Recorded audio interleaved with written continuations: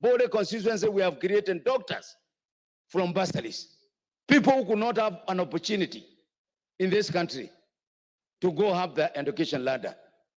Mr. Speaker, we cannot kill CDF. We will not kill the bursary through CDF. If the failures in the other institutions, let them sort out their problem.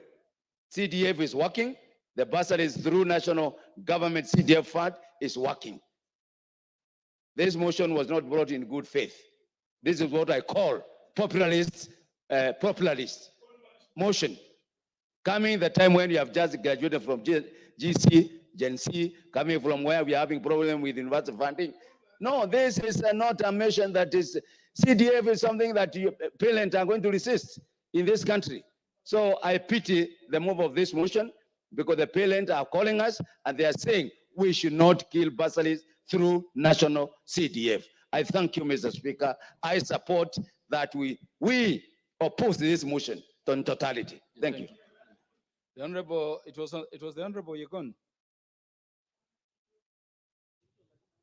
Can you do 2 or 3 minutes so that we cover as many members as possible? Thank you very much, Mr. Speaker, for this opportunity. I would also like to weigh in this matter, which is very emotive, and I would like to say that, Mr. Speaker, we have been a very long time watch how the CDF has distributed the bursaries to the students and the pupils of this country. This motion from the onset, I want to say, maybe it had some good intention, but the way it has been grafted, I'm not going to support this motion. We need to discuss in depth and make sure that the monies which is going to go as bursaries should be consolidated and made sure that all the students in this country and the pupils go through free primary and secondary education and even the university education. And if that is going to go that way, and we are assured, this is what I'm going to support. I'm going to support that. And in any other things which we want to say, take everything to the Ministry of Education. We have seen what Ministry of Education has done. And there has been no leverage and distribution in an equitable manner where we find throughout the country, each and every region is getting the money required for all the students. We have students who are coming from the poor families. And as we said, as it is said, education is an equalizer to the rich and the poor. I want to say that we have children who are very needy. And if we make sure that all this is made free for the students and the pupils of this country, it is going to go a long way in alleviating the issues of challenges we are facing in our various constituencies. Mr. Speaker, I would like to say that the issues of the bursaries through the presidential secondary education bursaries, the Ministry of Education capitation, which has been going on, we don't know how this, we normally have also bursaries going through the counties, whereby they are not checked. You find the county governments giving out to the students, which the national government has already given out, and some others who are very needy are missing. So this double allocation of bursaries to students is very rampant at the moment, and something has to be done, and we need to address it in this House very well, Mr. Speaker. Thank you very much for this, and I rise to oppose this motion. Deputy Majority Leader. Honorable Speaker, I want to say this from the onset. I oppose this motion, and I call every member of this House to oppose this motion. This is a way, this is one way of disenfranchising a whole nation and giving resources to certain regions that are politically correct. But the people in my constituency, the people in Msanganyiko, the people in, Tezo, the people, those areas that I and my team know about benefit because I am there as a member of parliament and I have a team that can reach every person. Honorable Speaker, today we make the mistake of taking this money to the Ministry of Education. We all know where this money will go. We all know where it will go. And we will not allow that, Honorable Speaker. Honorable Speaker, as a House, we have empowered many families that would not have seen education because we are there. We are the representatives of the people. We know the needy families and we go out there to solve a problem. Honorable Speaker, there are certain schools that will not be here today functioning if it was not for NGCDF bursary. But Honorable Speaker, the ministry has a lot of money for bursary. Where does that money go? Where does that money go?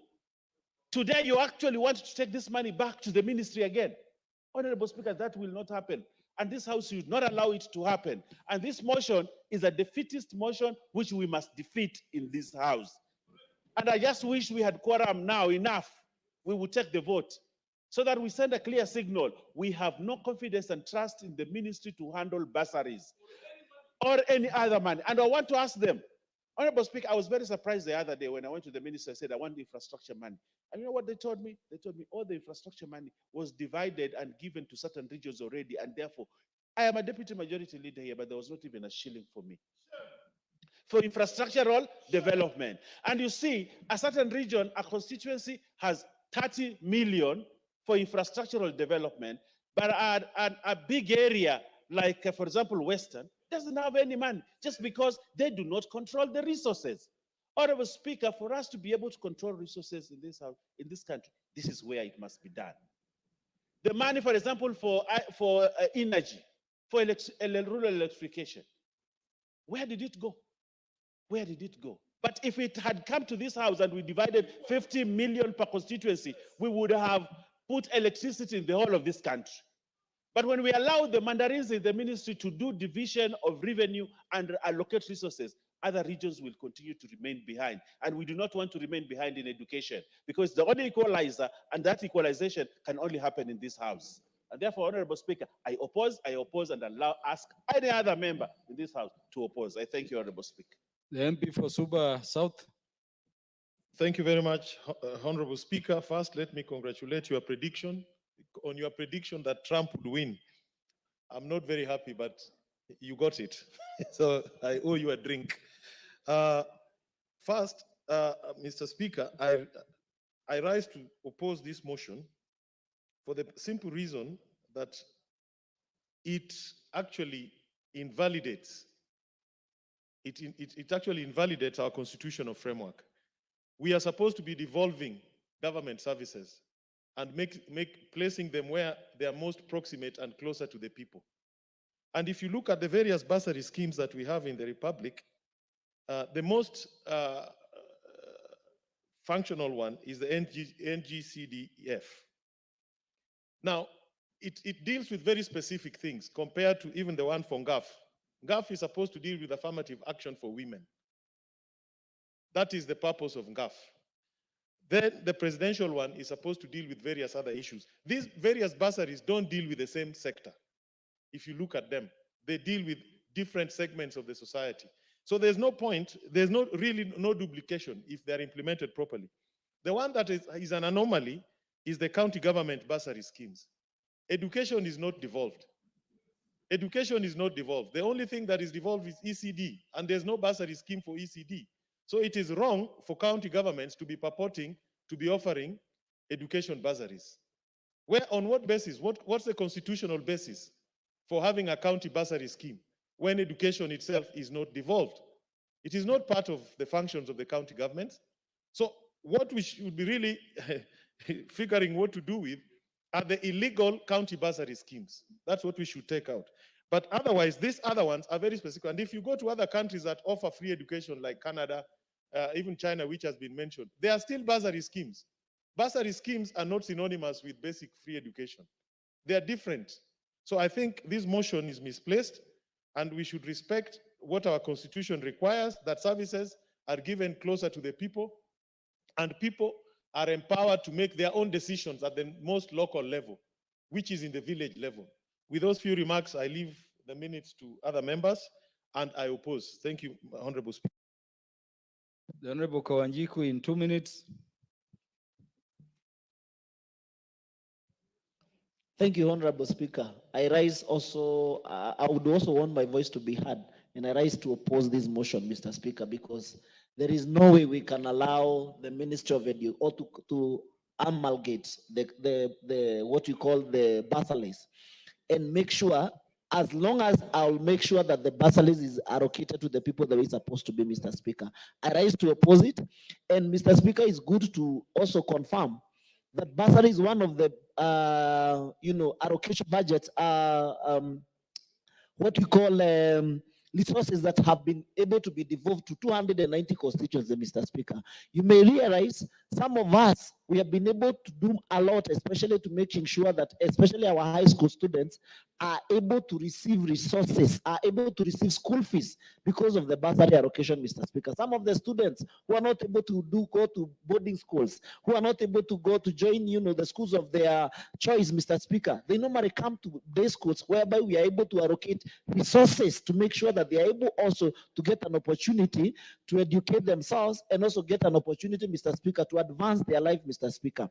If there is in any way a way that we can be able to make sure that we devolve these funds, make sure that we allocate every bursary equally to every student in this Republic of Kenya, then I'll be supporting it, Mr. Speaker. Make sure we come up with the CDF board, make sure that we allocate this money, and make sure that every student within the Republic of Kenya get an equal amount of bursary, Mr. Speaker. But as far as is concerned, giving it back to the ministry or giving it back to a few people to allocate those resources, majority of our students will not be able to get these funds, Mr. Speaker. And therefore, I rise to oppose, Mr. Speaker. Honorable Moses Njendi. In 2 minutes, I think we just have 2 minutes to close debate. Okay, thank you, Mr. Speaker. I arise to oppose this motion. Mr. Speaker, a region like Western Kenya, before decentralization of funds, we used to suffer development a lot. Mr. Speaker, we've seen development in Western Kenya arising from decentralized funds through CDF.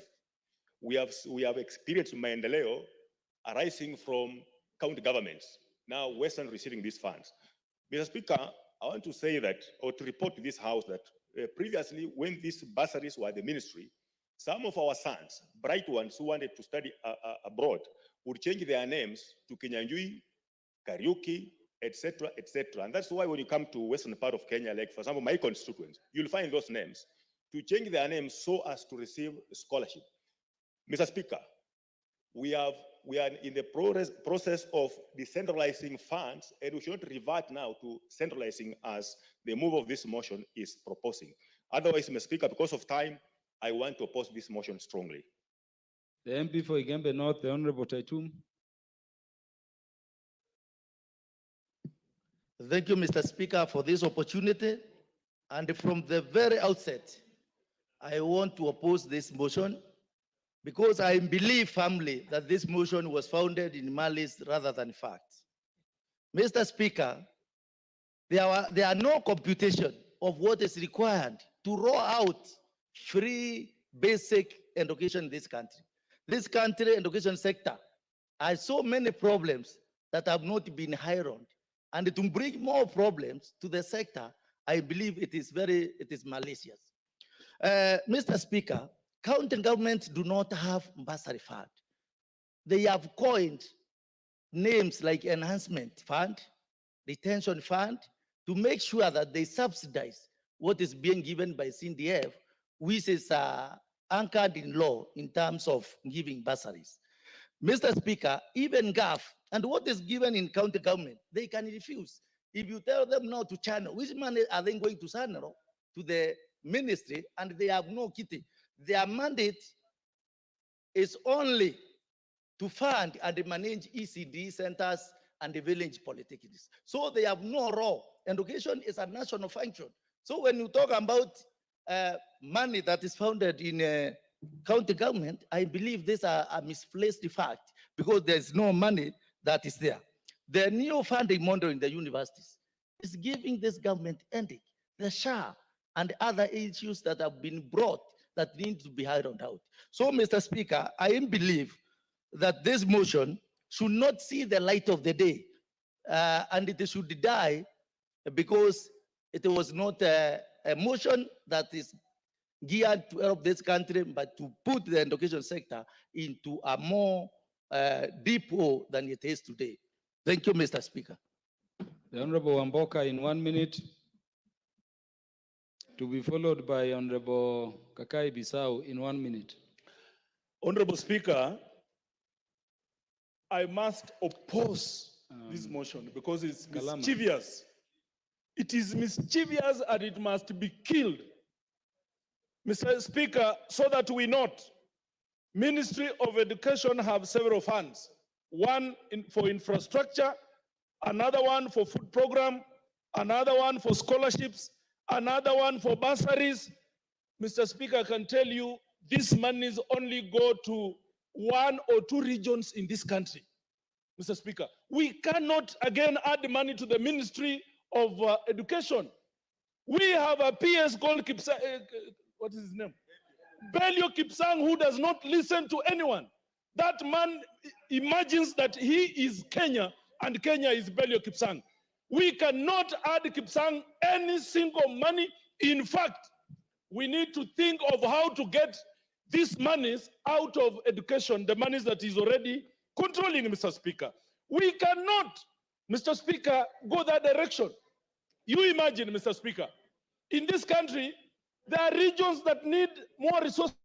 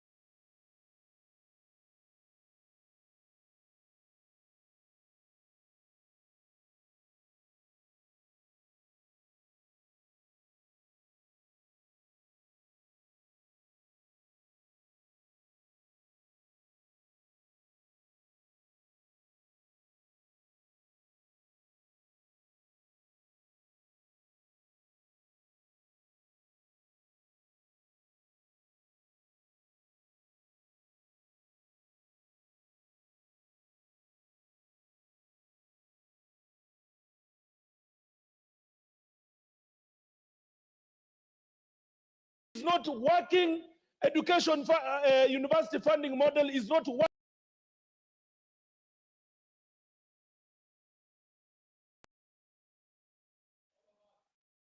Yeah, that means we have only 2 speaking.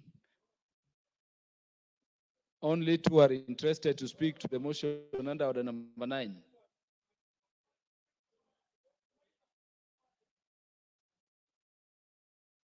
Yes, Minority Whip.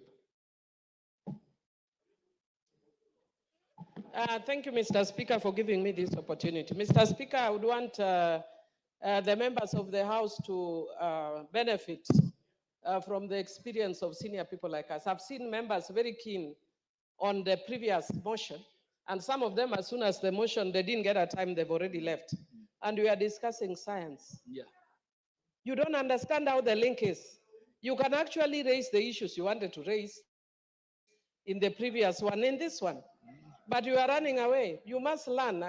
Sometimes it's good to give free education in the House. Thank you, Speaker. Yeah. I'm making this consideration, honorable members, because the motion under order number 10 is a bill which went for winnowing. And so the current context in terms of the amendments by the departmental committee are essentially agreed. And you are thinking it should move. I want to know how many are interested on number 9 so that I make a determination on whether to alter the order paper or to allow, if it will take less than 30 minutes, then the mover replies, we could allow it to be concluded. Yes, so then call the next order. Order number 9, motion, establishment of a science museum, resumption of debate. Yes, and we have more minutes in this one, over 1 hour, 29 minutes. But because we want to go into order number 10 first, honorable members try to be conscripted and specific so that the mover can reply as fast as possible. The Honorable Indikiri Mugambi, you have your go. I thank you, Mr. Speaker. This country requires a lot of support on research in various activities that we are doing. Mr. Speaker,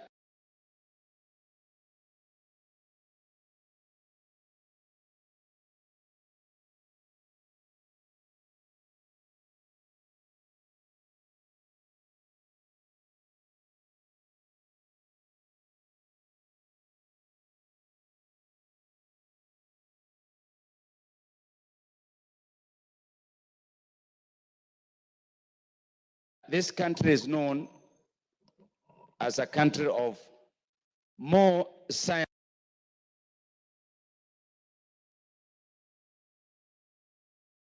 science-based innovations. Mr. Speaker, we are known as a country in terms of information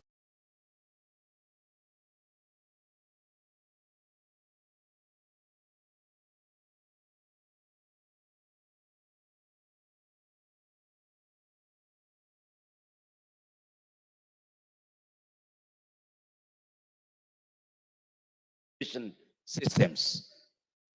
Mr. Speaker, there are so many researches that have been done to that effect, and that's why Kenya is recognized as a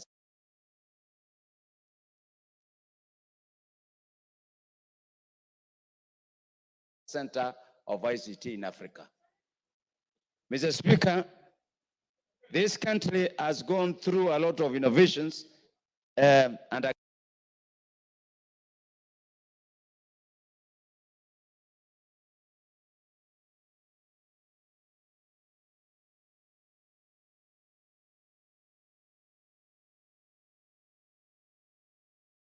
activities on telecommunication sector.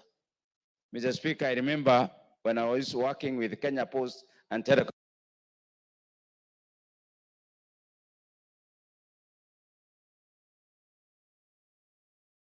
telecommunications, we established the Gilgil Telecommunication Manufacturing Center. Mr. Speaker, we were doing the old telephonies, we are doing a lot of research on cables, we are doing research on transmissions.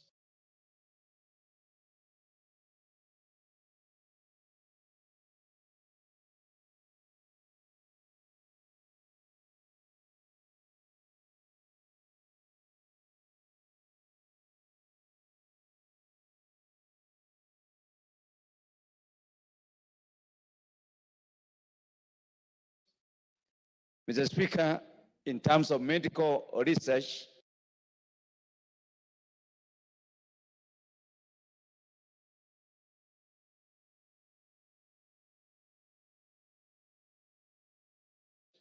KEMLI is a renewed institution. Mr. Speaker, there are so many things that need to be given a lot of attention.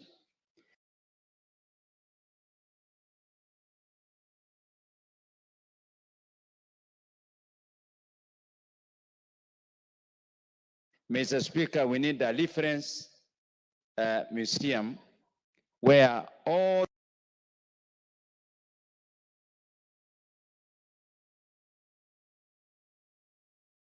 the scientific issues pertaining to our country are based.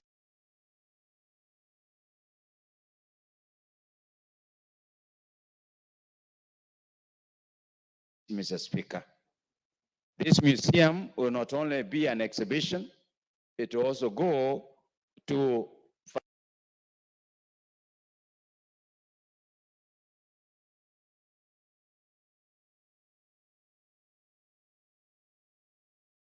facilitating research going forward. Mr. Speaker, this museum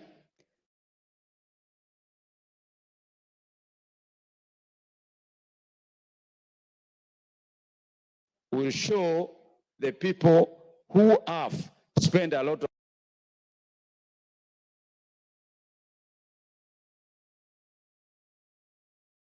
of their time in doing research. Mr. Speaker, this museum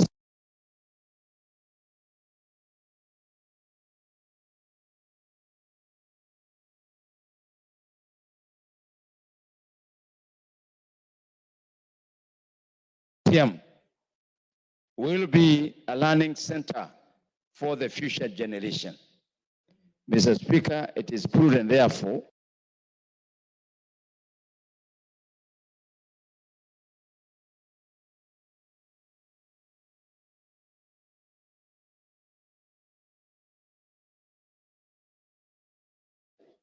that we put a lot of effort and we put resources, Mr. Speaker, in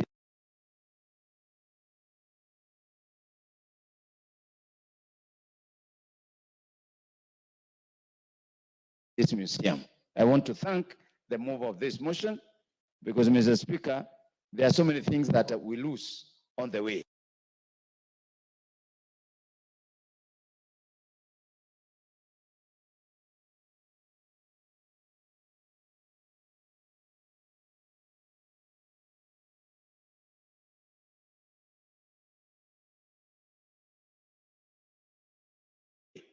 And I think we should not lose anything related to science in this country. With those few remarks, Mr. Speaker, I support. The MP for North Imenti.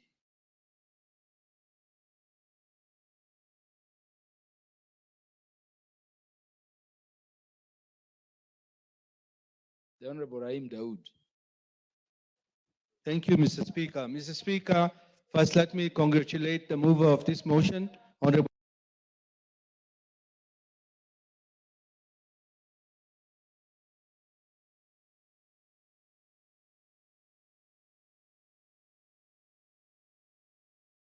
KJ. It's a very timely motion in the sense that we need to encourage our people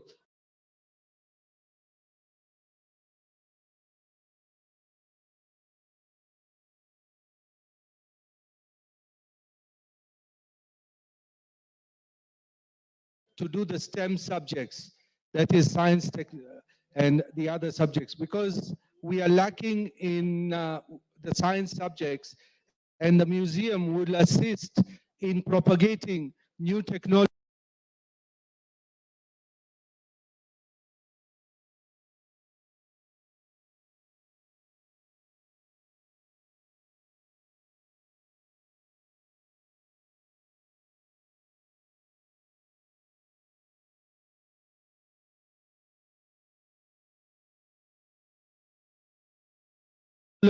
Because there are many scientists within Kenya, Mr. Speaker. We can be the Silicon Valley of Africa, because from the museum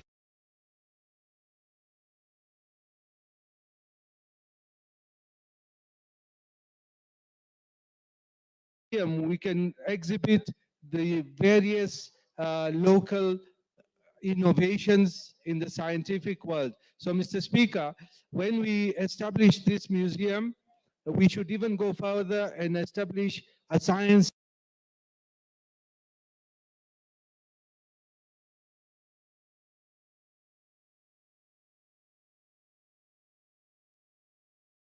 institute where we bring up the young innovators who will be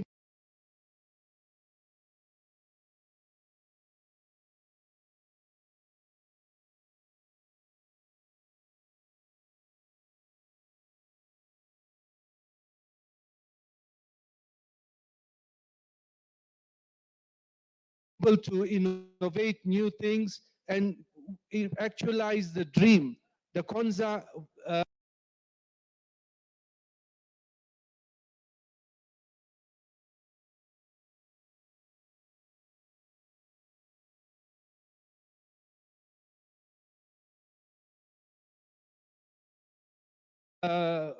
Konza Institute should be there so that we can have a Silicon Valley of Africa from Kenya. So, Mr.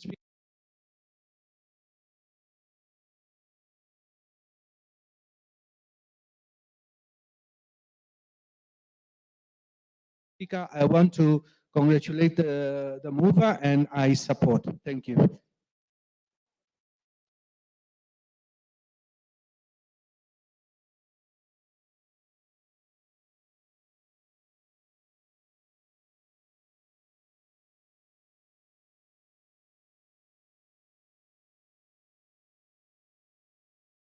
Requested those who want to speak to this one to go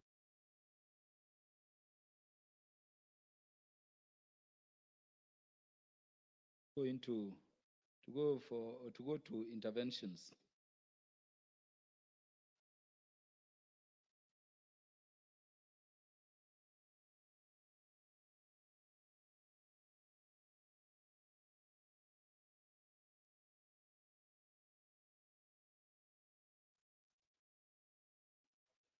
The Honorable Dan Haji is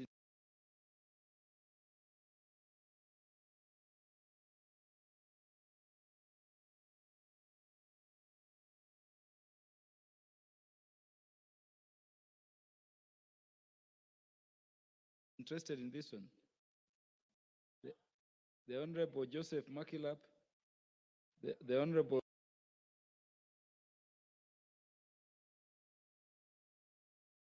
Wade Obo, the Honorable Beatrice Elachi wants to speak to this one. Please do. Yes.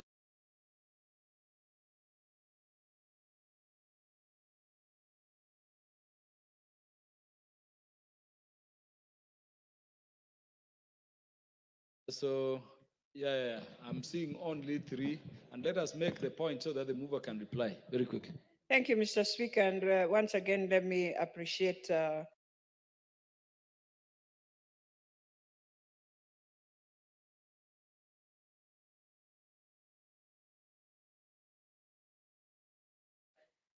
Honorable KJ for bringing this. Mr. Speaker, you realize modern science is what we've just been speaking.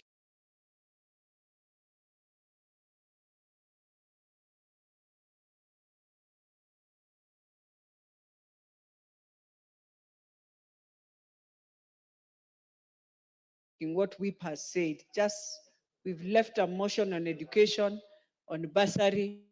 We've left a motion where I talked about teachers who right now we even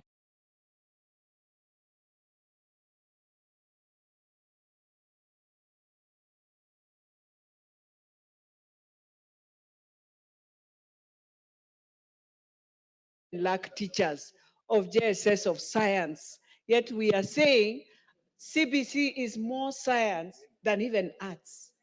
And that indeed, when we talk of more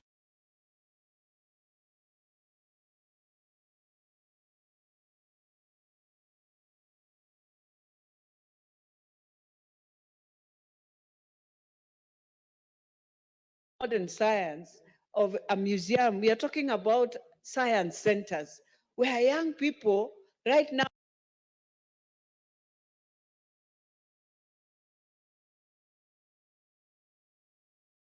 in the village or in our constituencies, we have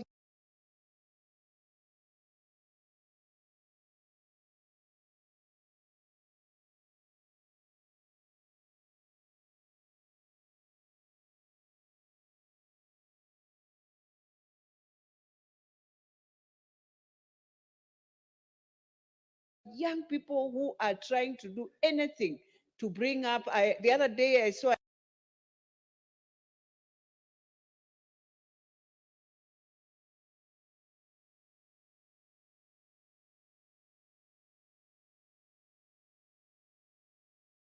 a young man trying to build a caterpillar, and it was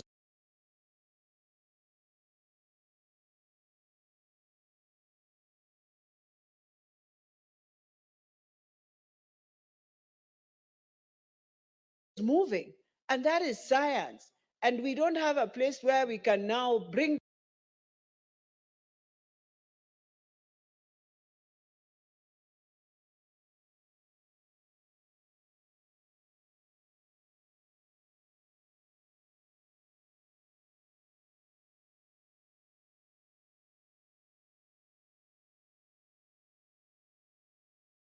them to demonstrate what they have. Kipepeo is there. Every time we have children going there, and it is science, it is butterfly, yes, but beyond that we want to see our children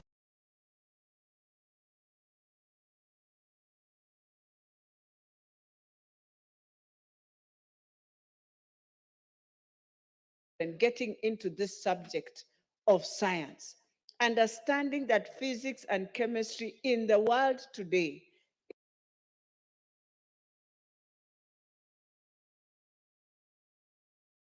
if we are talking about technology, if we are talking about ICT, if we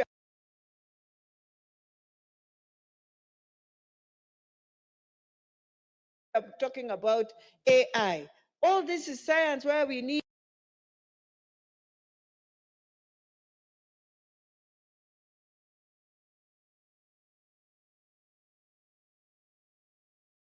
science museums in this country to help indeed our children. And therefore, Mr. Speaker, as I support, all I want to say is that we must have discovery centers to help these young people.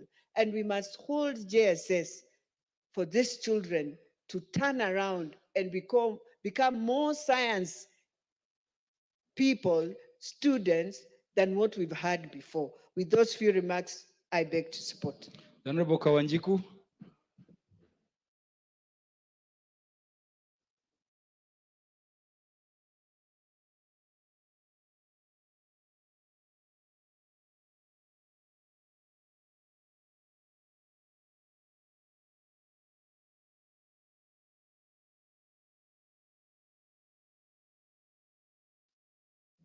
Thank you, Chair. I rise to support and also congratulate my brother, Honorable KJ, for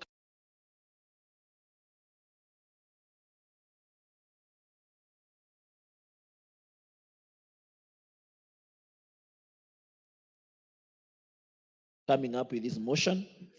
For indeed, we really need to start thinking about the future. And I have seen it even in the UAE country, Mr.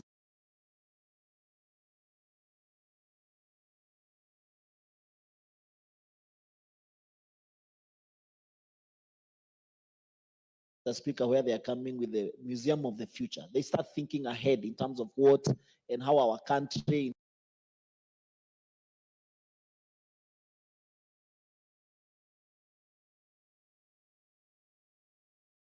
terms of technology will look like.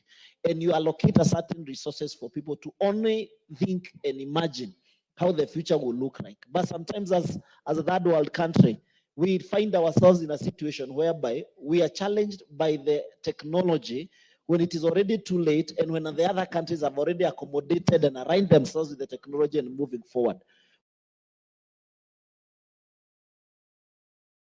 We have the issue of cryptocurrency, Mr. Speaker. We have the issue of AI. But as a government and as a state, what are we doing to make sure that we incorporate the minds and the innovations that are coming along with this type of innovations, Mr. Speaker? We realize that we are really lagging behind. We must look for a way to even motivate our young people, challenge them in terms of coming up with technologies, with innovations, and maybe in a way or the other to harness that kind of thinking and that kind of mindset and start preparing them to take the future ahead of them, Mr. Speaker. And I support, because we must allocate resources to things that matters in this country, Mr. Speaker. Coming up with a museum in every county, it's not a hard thing to us. I may even propose, if it is so difficult, then let's come with one or two within our regions and within our republic, Mr. Speaker, by a way of trying to encourage young people to come up with innovations. Even go ahead and set a kitty, Mr. Speaker, whereby we'll be supporting some of the students who are doing very well in terms of innovations, Mr. Speaker. We have seen in our media young people coming up with technologies, but they end up going nowhere because of lack of, capital or lack of funding to ensure that they, multiply, the innovations and the things that they have come up with, Mr. Speaker. These ones must be encouraged. If we really matter, if we really want to focus on this nation, if we really want to, put resources to things that matters, this is one of the issues that matters, Mr. Speaker. And even the motion that was ahead in terms of talking about bursaries and combining all the bursaries, Mr. Speaker, we must be able to allocate resources to things that will bring results towards the end of the next 5 years or 10 years. If you look at Kibaki, Mr. Speaker, and we were talking with other honorable members, he came up with what we call Vision 2030 blueprint. Some of the things that are happening in this republic is as a result of Vision 2030. It's as a result, people sat down, thought through about the resources and where they're going to put the resources, how they want this country to look like in the next 20, 30 years.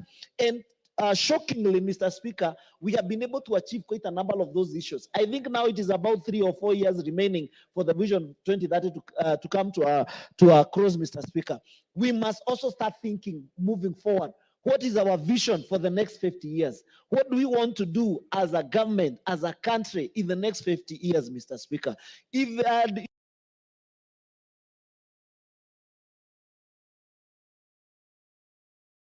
United Arab Emirates, they're coming with a museum of the future because they want to start thinking around and allocating resources towards that. But we cannot continue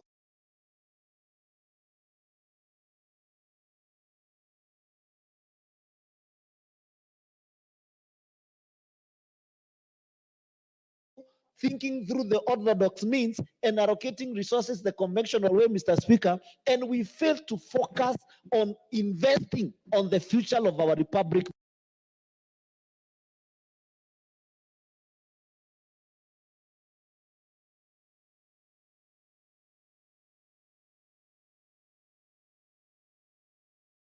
Mr. Speaker, even if it's 1% of the resources, let us allocate that 1% to focus on planning our country for the next 50 years, Mr. Speaker. And therefore, I rise to support this motion. The MP for Igembe Central, the Honorable Daniel Carito.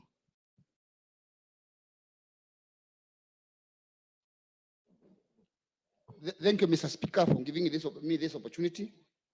I want to say from onset that I stand to support this motion because it's a very relevant one. And Mr. Speaker, this country, we have very bright brains. We have boys and girls, ladies and gentlemen for this country who can create a lot given an opportunity. Mostly what they lack is these infrastructures to do great things. And that's why I support this motion. And I say, as a government and as a country, we need to think of the future and establish these museums so that our young people can do great things in technology. Mr. Speaker, research is the way to go, and modern science is the way to go as at now. And without these museums, we will just be seeing and talking them on papers. For example, Mr. Speaker, in my area, we have been struggling to establish a mineral research center, and funds were set aside. If this center is working right now, we could have known a lot on how to assist our farmers and our traders in improving on their cash crop. We need to establish, because in most cases, we have countries that are coming up and doing great in innovations because their states have been assisting them, and we need to follow suit so that our country can move forward in developing. Because right now, everything is technology. And if we don't put structures in place,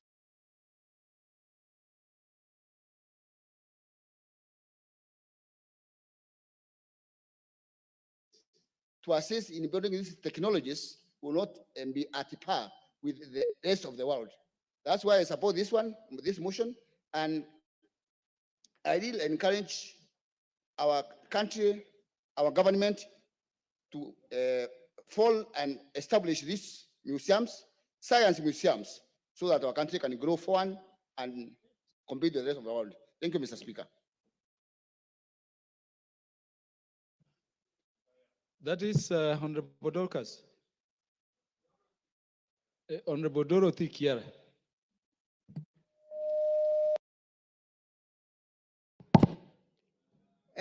Thank you. Honorable Dorothy Kiara, use the shortest time possible. You will be followed by Honorable Jematia. Then I'll call the mover to reply. Thank you, Honorable Speaker.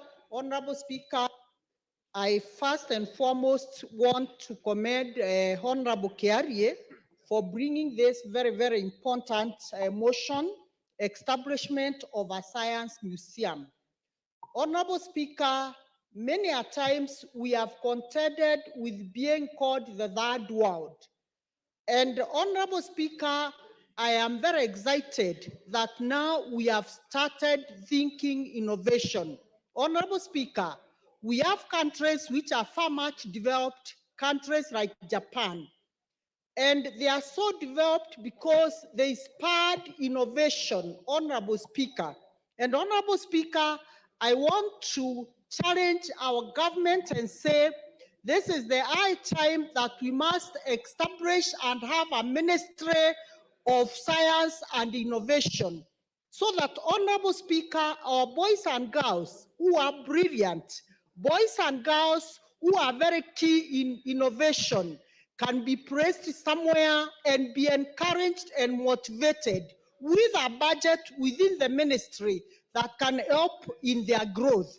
Honorable Speaker, as we move with the new education competence-based curriculum, it is giving our students pathways. When they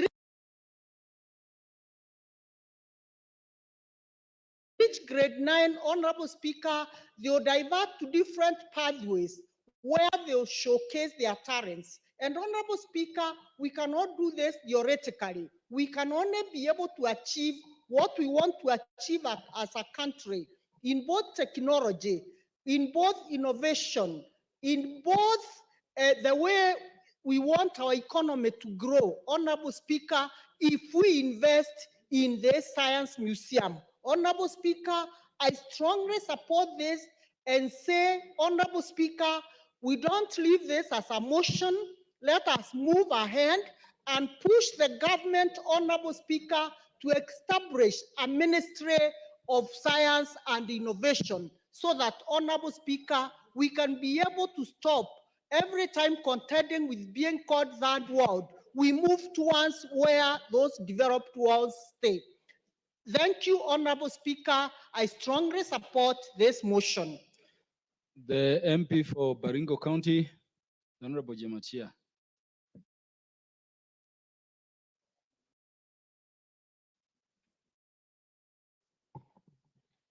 Thank you so much, Mr. Speaker. I also want to take this opportunity to support this motion by my chairman, Honorable John Kiarie. And from the onset, Mr. Speaker, I also sit in this, he is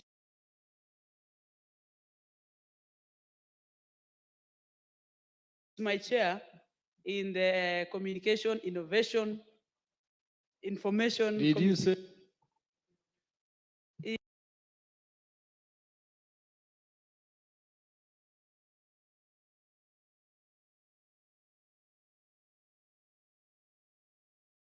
Is my Did you say is your chair?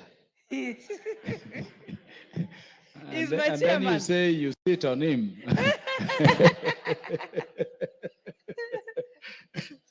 Okay. It's your chairperson. Eh? He's my chairperson in the committee.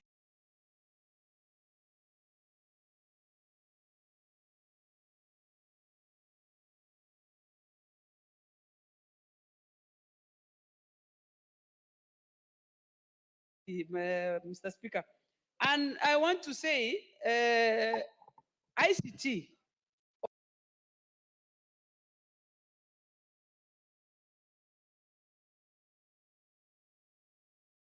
or technology of today is a revolution that is in our times. And I must say,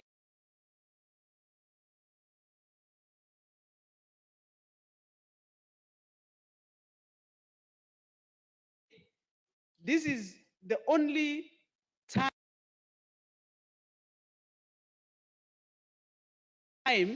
and in the world that technology is being experienced, and it is here and forever.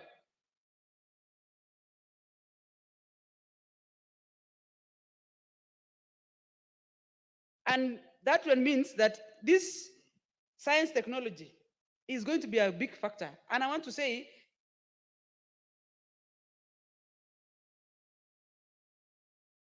if we are going to create this, and through the Vision 2030, which we are actually putting all our resources in the country today, and to help the people of Kenya, specifically us as East Africans, we can see that Kenya has taken a very positive stride in making sure that technology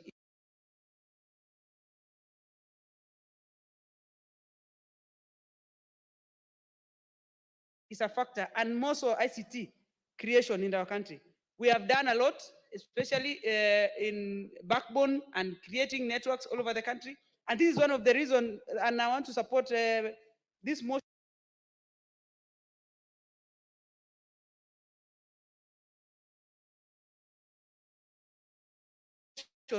by making sure that Science Museum is given an opportunity and given resources as part of the growth. And as you look at it, Mr. Speaker, today, artificial intelligence is the order of the day. And we cannot be left behind as a country. And using this museum, science museum, I want to say it's going to give us a very positive results going forward as a country. Thank you, Mr. Speaker. The Honorable Kibagendi. Thank you, Mr. Speaker. I rise to support this motion. Science museums that are also known as science centers or discovery centers have made learning exciting in developed countries.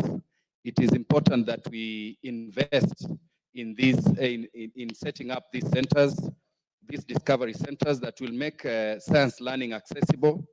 And this will definitely provide the educational facilities that we may need for emerging generations to learn more effectively methods of learning in matters science, tech, and engineering.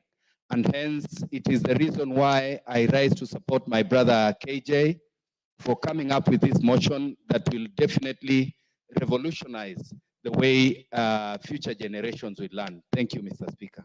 The Honorable Mboko Milemba.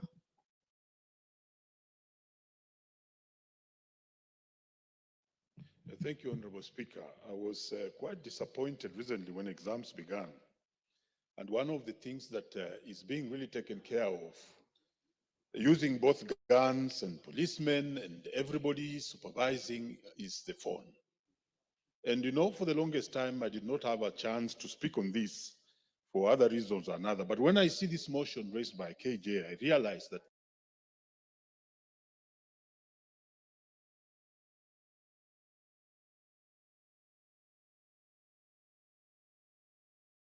there's hope in us and legislating well so that we can have a laboratories that can store technology.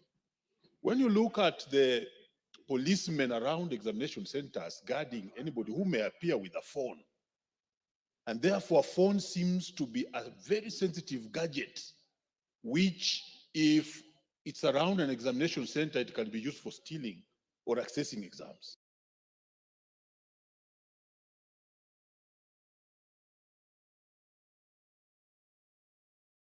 I just pity ourselves and where we are in terms of technology and what we are storing. Because for me, a phone should have been an enabler. You remember, you are not, Honorable Speaker, very close to me in terms of the same time being in school, Honorable Speaker, with all respect. But there's a time when a log book was not allowed in an examination room.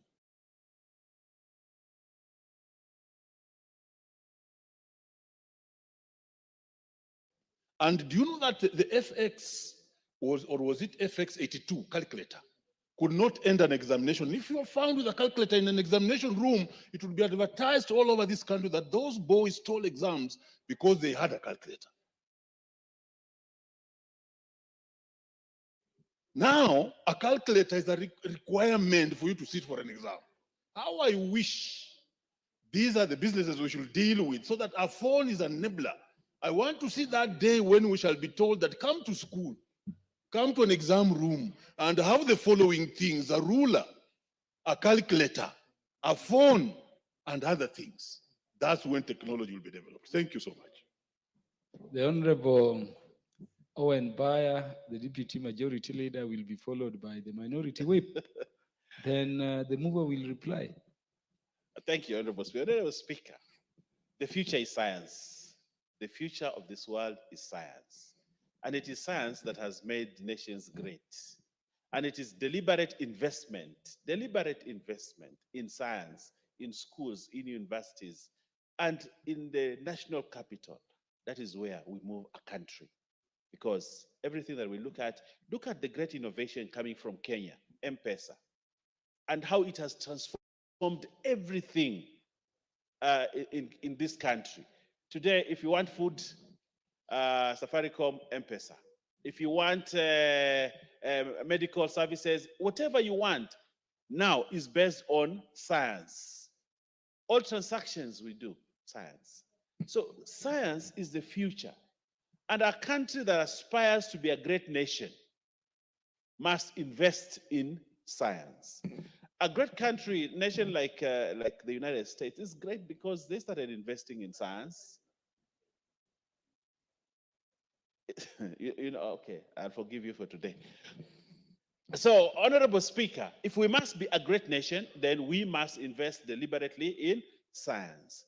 What Mwai Kibaki had in his mind when the concept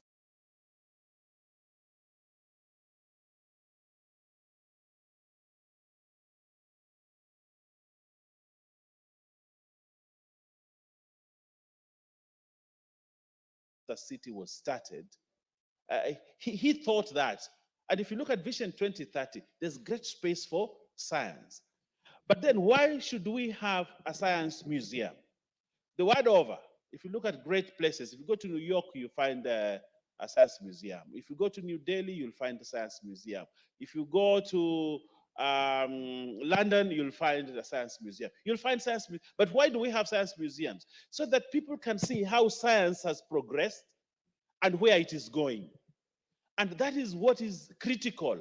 How do our young people, imaginations and innovators who want to be scientists, how do they know where science is going? Now, when we have science museums, the way these young people come to this parliament, and when they see what is in this parliament, and they experience what is in this parliament, they go out there and aspire to be members of parliament. Same way, if we take our young people to those science museums, they will want to be scientists, and therefore we grow the science corpus in them. Now, Honorable Speaker, this is very timely, that as we look at CBC, which has areas of science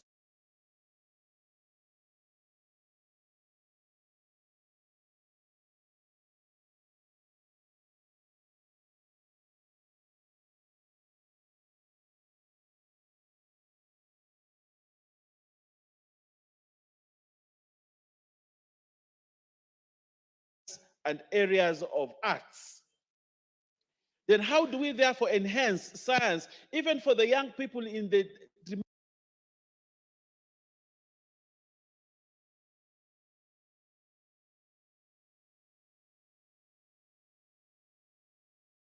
remotest village in Uyombo, in my constituency, should be able to come to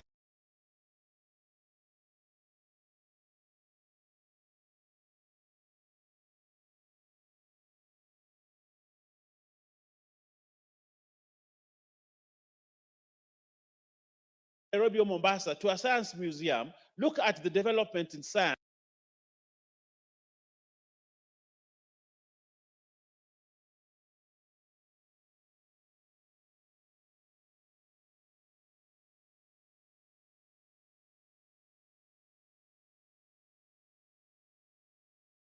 That have been preserved there and say, I also want to be a scientist. These young people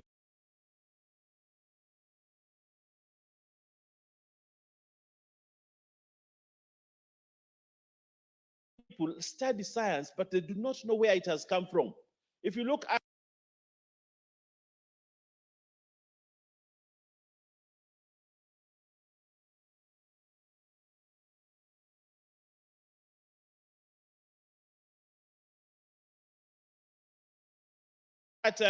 if you go to New York, you will see when these guys, the energy, the electricity, there's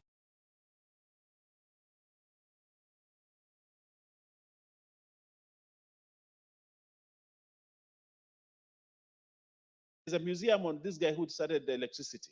And every New Yorker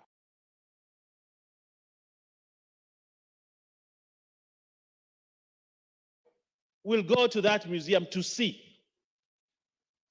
how electricity started. And therefore, they come out and develop new energy, including the electrical car that is very popular, because they have gone there, they have seen. And that's why countries are developing rapidly in science, because they have invested in preserving science and having science museums and allowing their people to see what science is. So, Honorable Speaker, I would like to see this country go science, because that is where the future is. Of course, those of you who are in arts, you know, the lawyers here, Milo Diambo, you, other people do not understand this language. Scientists like I and a few others understand that investment in science is investing in the future. These guys who just talk in courts and talk and think they can eat words, you know, have very little to. They are consumers of money. They are not makers of wealth. We want to create wealth. And the only way we can create wealth in this country is through science. Look at the great things science has done in agriculture. Agriculture has been transformed by science today. And that's why there's better production. Manufacturing is science. We want to go that way. You know, ICT is science. That's where we want to go to. So, Honorable Speaker, I would like to see 3/4 of this country go science. And we will get leaps and bounds in development. So, Honorable Speaker, as much as many young people want to become lawyers and people who can talk poets and people like that, yes, they are there to entertain and give life, meaning to life. But we need to be producers, and we can only be producers through science, engineers, doctors, mechanics, all those kind of people. And we will have a secure country, a better future. I support this. And I want to see the next museum, science museum, in the next 1 year in Nairobi or in my village. I thank you, Honorable Speaker.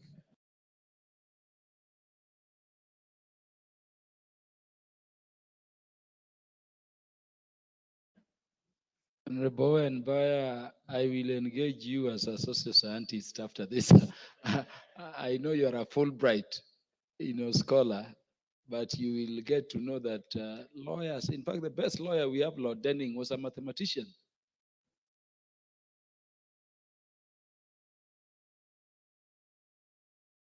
And yours truly here is a very good scientist.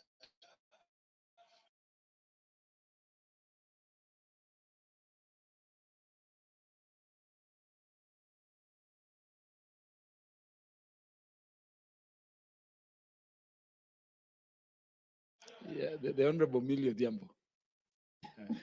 Thank you, Mr. Speaker. Mr. Speaker, it's indeed actually divine that I've got an opportunity to speak after my brother, who is alleging that science is better than the, the art. I just want to indicate, when I was actually in Form 2, when we were choosing subjects, I was one of the best science students.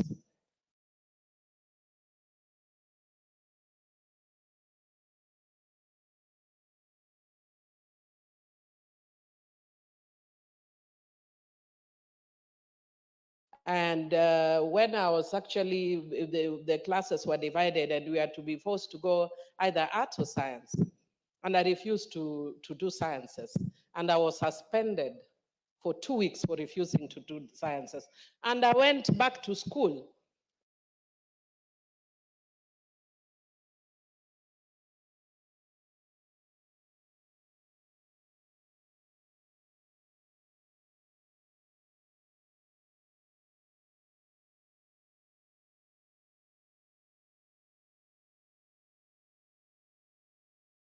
And because I'm glad I've always been a bad girl, even despite that suspension.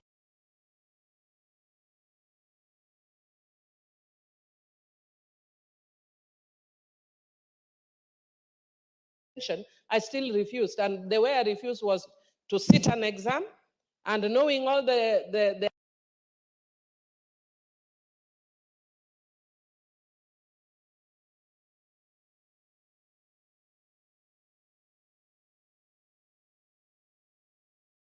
answers, I answered negatively and got 0%. And I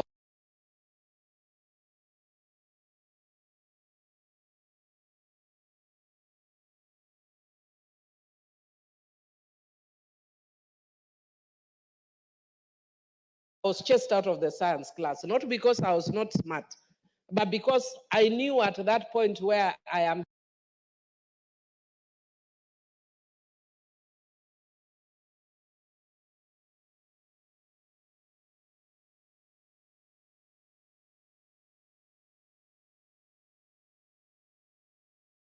Headed because I knew I'm MEC, even though I made a very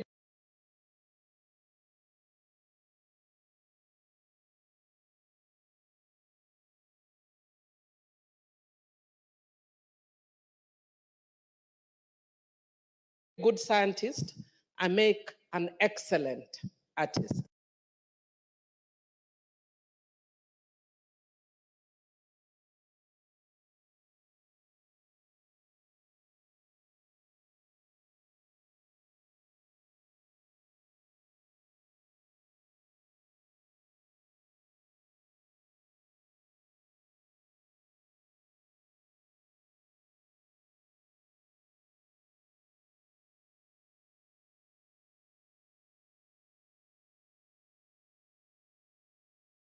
And Mr. Speaker, I have come to realize that our brothers who are in sciences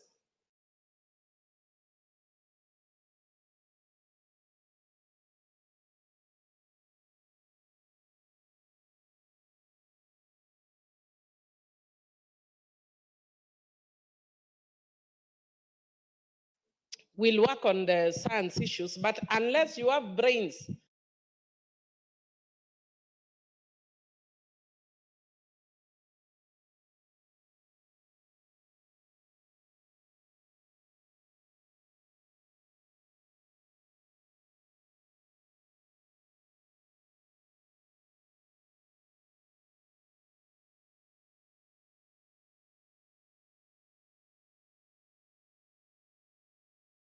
like us in the arts who can deal with protecting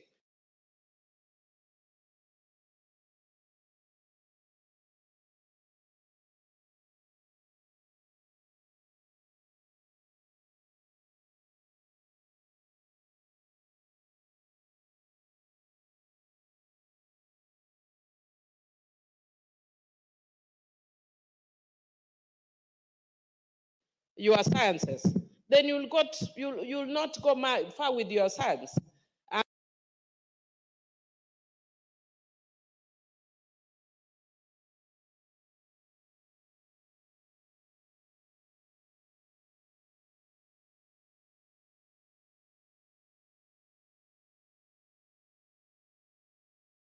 And that is why in my law class, I did my thesis for its intellectual property.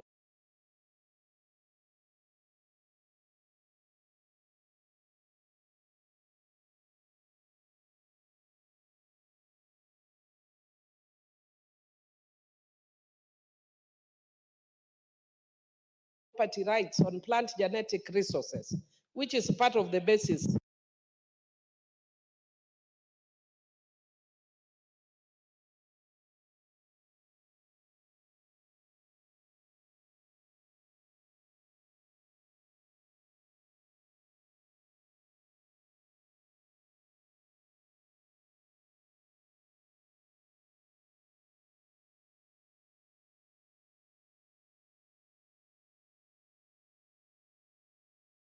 of what we are discussing here. And that is why I'd actually requested that I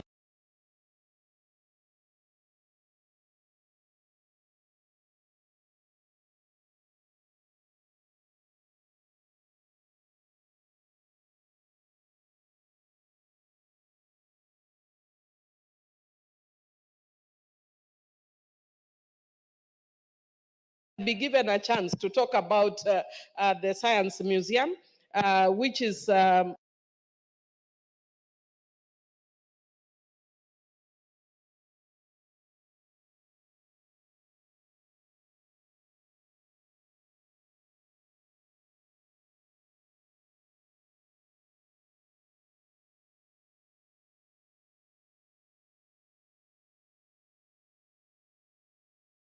under Article 11(2)(b) of the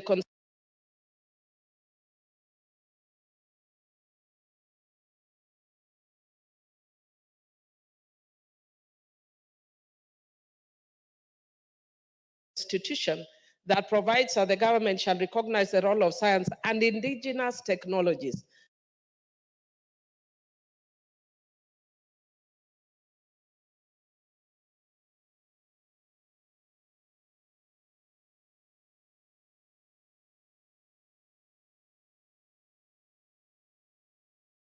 Mr. Speaker, the essence of my thesis was that in Africa, we have indigenous knowledge, indigenous technology, indigenous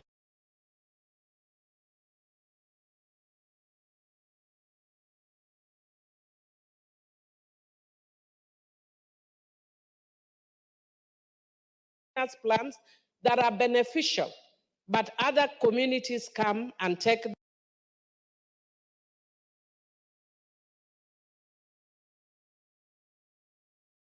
them, patent them, and sell them back to us. I've given an example of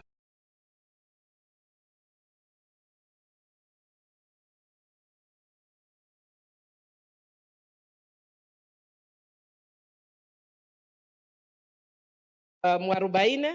I've given an example of Endor, the Ethiopian plant.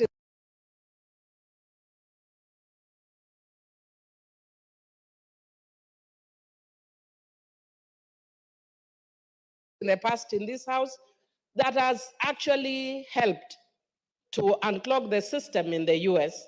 Of course,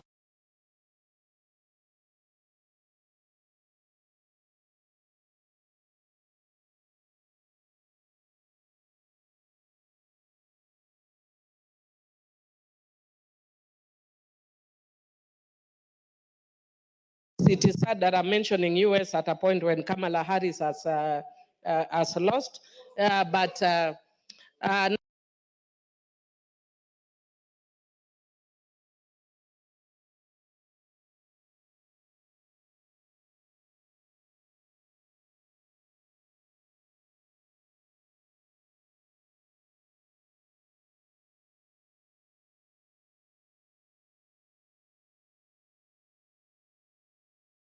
nonetheless, I don't care whether she's lost or not. I am consistent in supporting women publicly.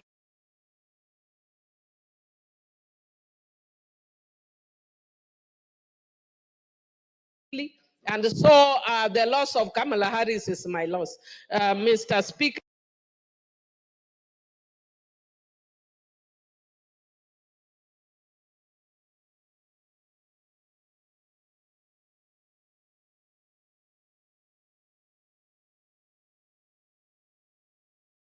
I just want to say that back to my science issue, I just want to indicate that Honorable Millie Odhiambo,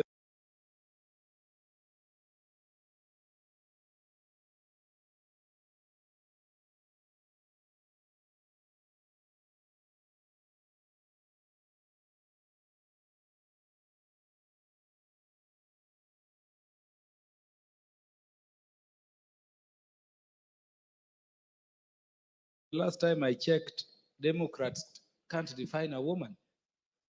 can't do what?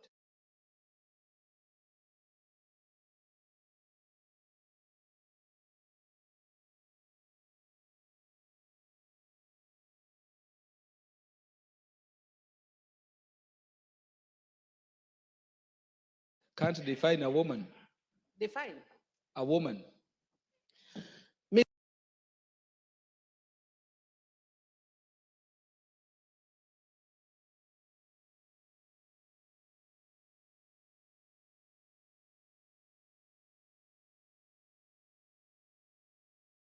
Mr. Speaker, sir, in our quarters where we are, you have always declared you are Republican.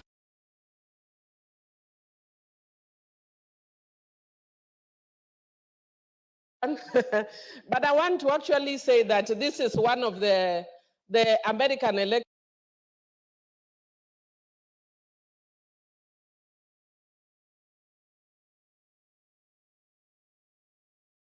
where I've been torn. On the one hand, I'm not a Trump supporter because he doesn't support the women's agenda, and I'm a very ardent supporter of women. But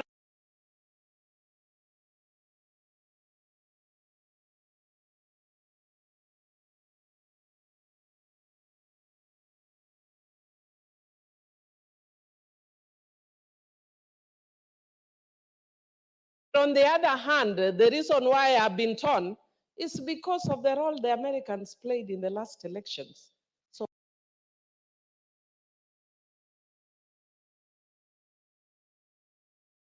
what goes back comes back, bites you the way it bit us. So let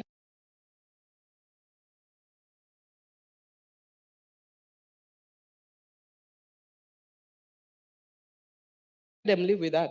Having said that, Mr. Speaker, but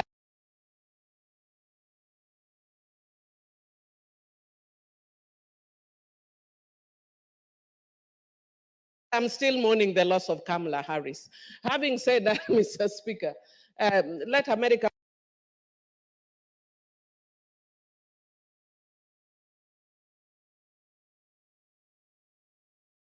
also learn to keep off elections of other places and other areas. So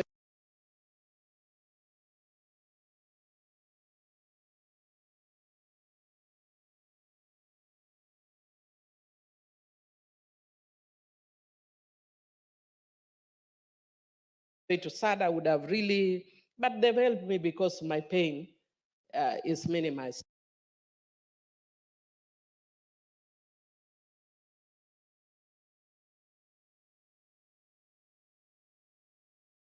Somehow. Mr. Speaker, I do support my brother in this science museum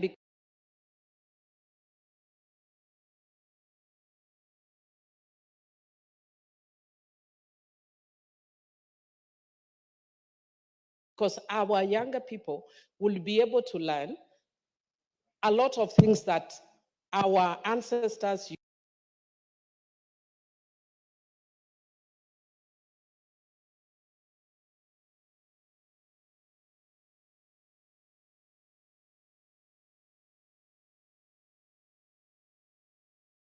used, our grandfathers used, our fathers used, that we have considered archaic because of new and emerging technologies. Yet these things are the ones that actually been the base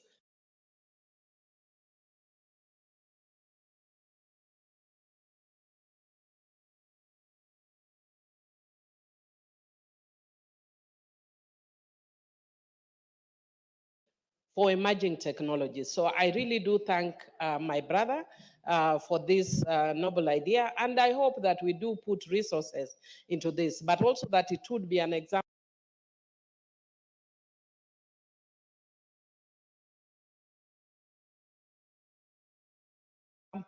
that we shouldn't only, because here is talking about technologies, it just that I've come in a bit late, but I'd have wanted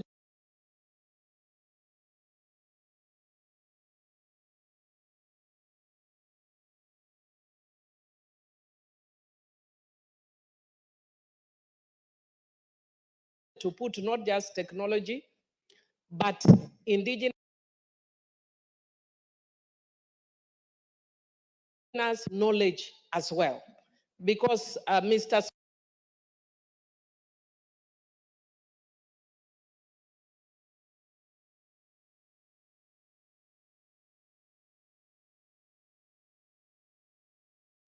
Speaker, you discover that there's a lot of indigenous knowledge. For instance, as I've indicated,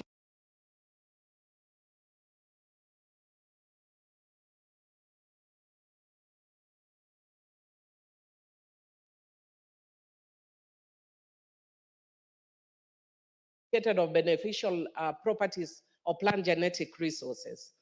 My grandfather knew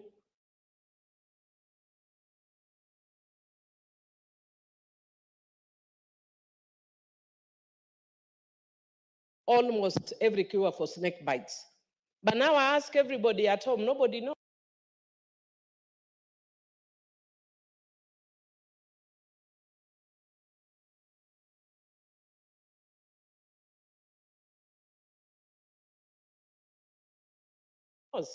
Because it was not stored. There was nowhere.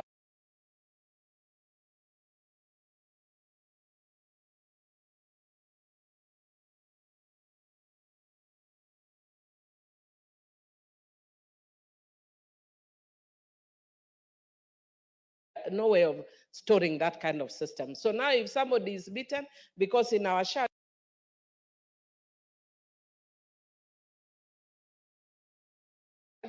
in our rural home, there are many, many snakes, yeah? Even though now because of increased settlement,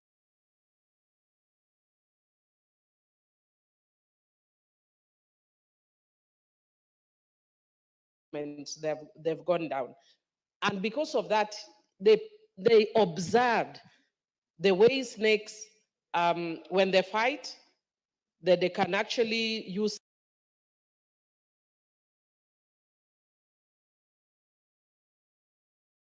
some plants, and he became an expert. But who knows about that anymore? No, nobody.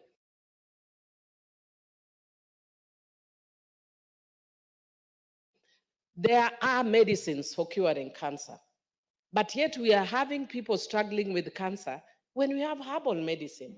So for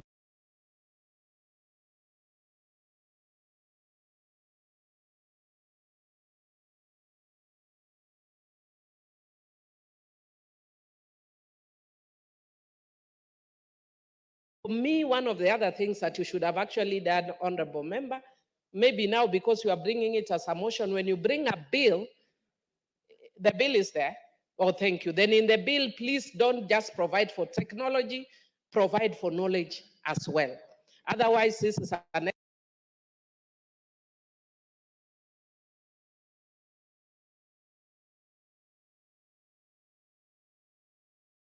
excellent idea, and I do support. Thank you. I've seen new interest from Honorable Edith Nyenze. Could she speak before the mover replies? She will be followed by the Honorable Basil.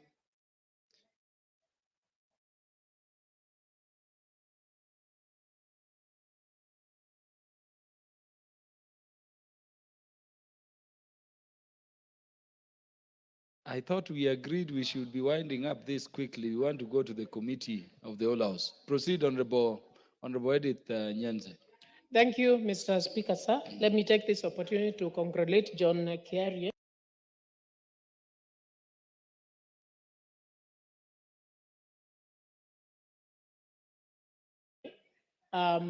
for bringing up this motion on creating science museums. These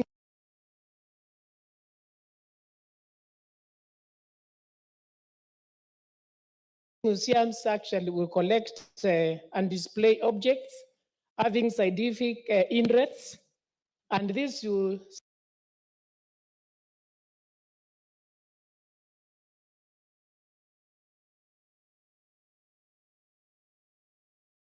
stimulate curiosity and develop inquiry minds, which will expose our children and adults to positive experiences.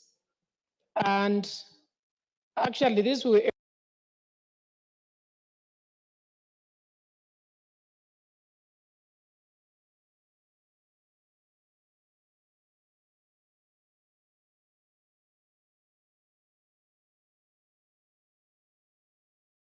help people to cope with the rapidly changing technological environments and empower them by improving their life skills.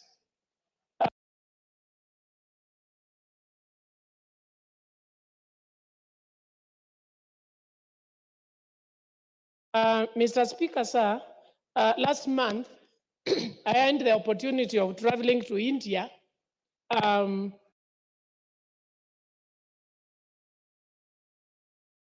with the CEO of innovations in the social protection, social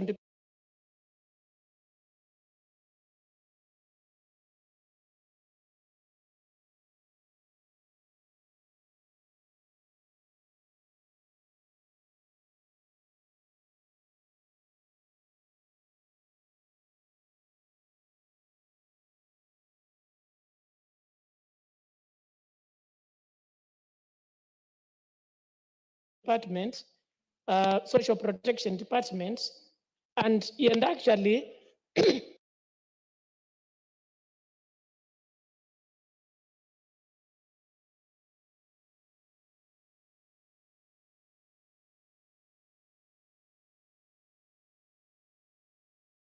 assembled 14 vice chancellors, and I also visited with them a university in Hyderabad,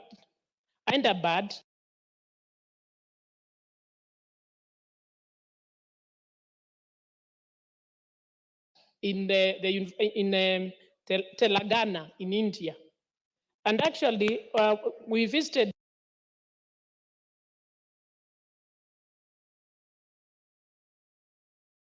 this university, and what this university does is that it assembles students, university students, after their O levels.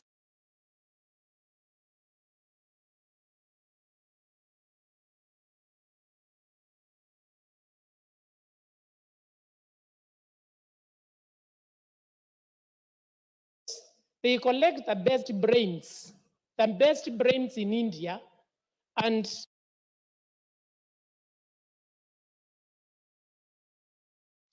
they are actually assembled in this university. They don't pay any school fees. They are not taught. They are only taught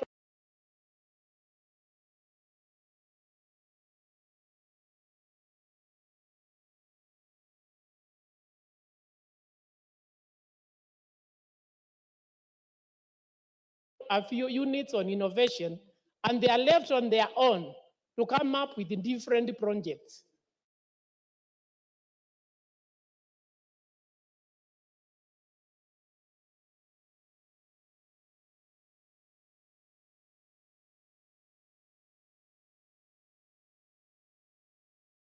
Different innovations.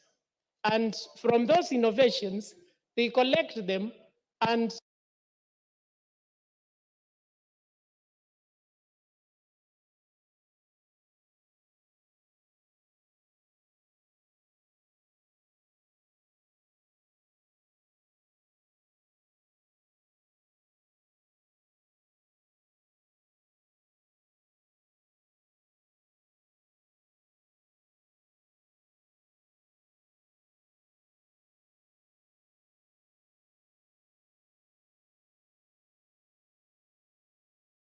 come up with the best, and these ones are actually implemented in the country. These projects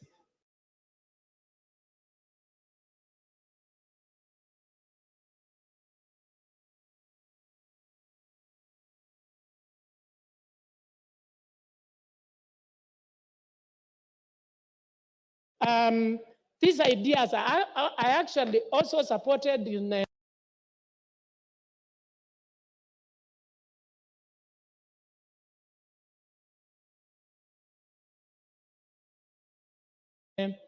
worldwide. The best ones are supported.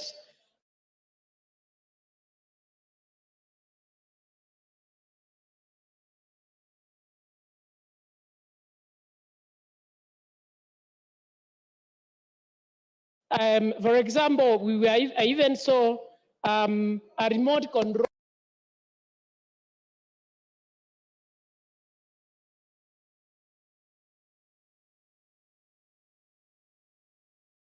road vehicle, where I also traveled in.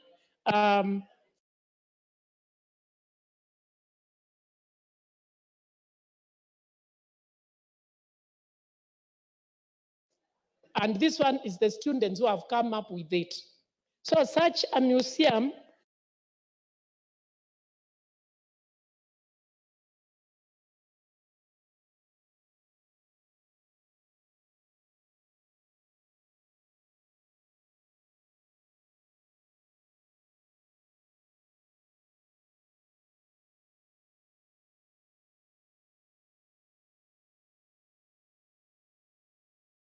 would actually be very good to collect information. It will be a very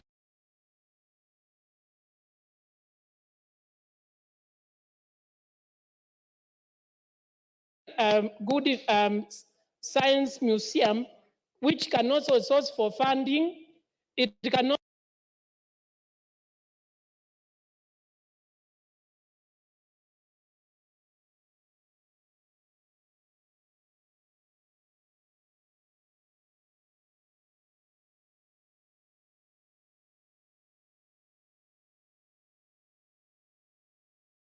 also come up,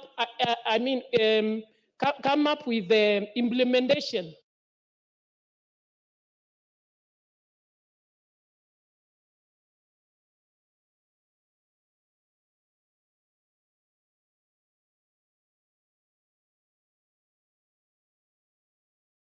Of such projects, which would encourage our students, because actually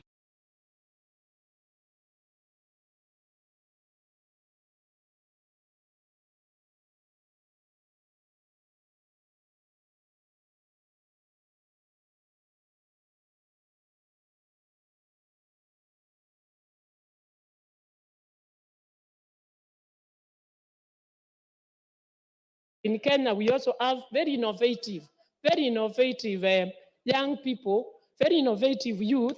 So it's the right time, it's the high time we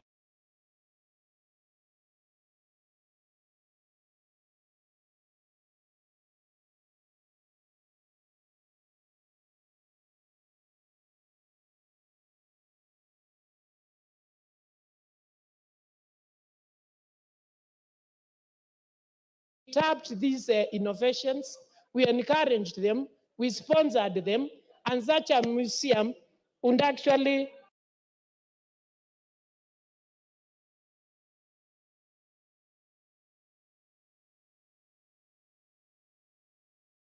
be a center where even our young people can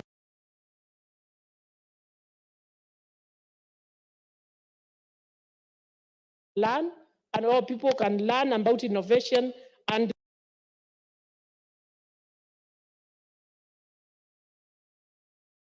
they continue having being brain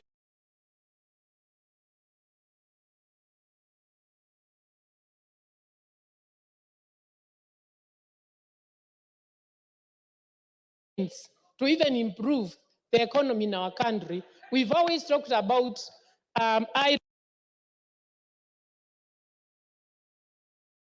rate of unemployment, and this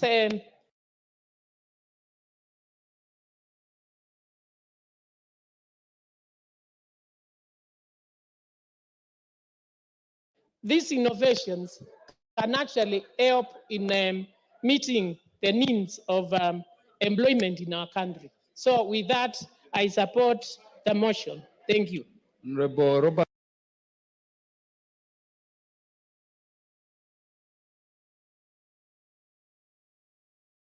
Basil, then before. Yata MP. Thank you, Mr. Speaker. Of course, you know I was supporting Kamala, and I know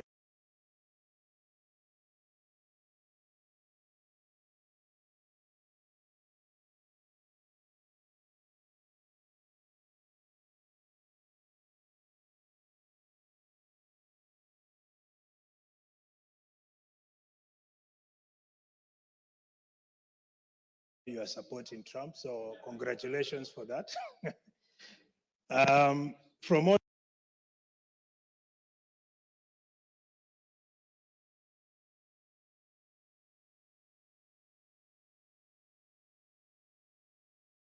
onset, I support this motion coming from my brother KJ, protecting me, Mr.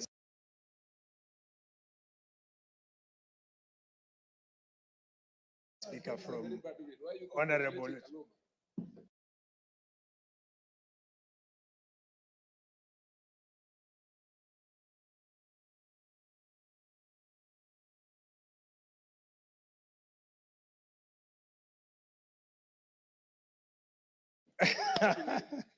Kaluma was for Trump, and that's why.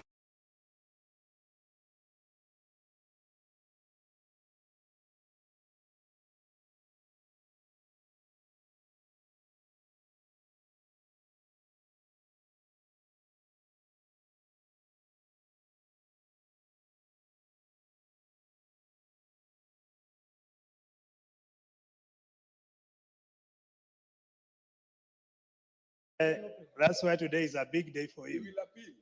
Yeah, so from onset, I support my brother KJ. Basically, we are in the technology world.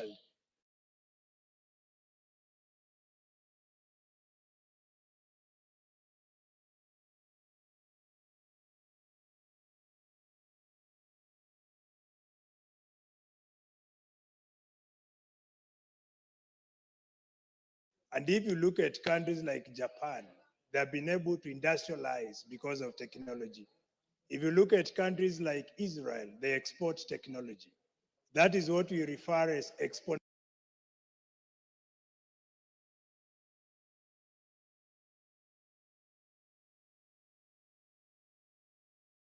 age.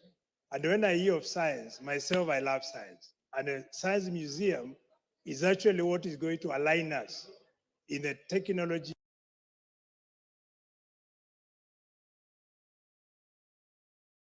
and innovation path and make us a progressive nation from a technology front.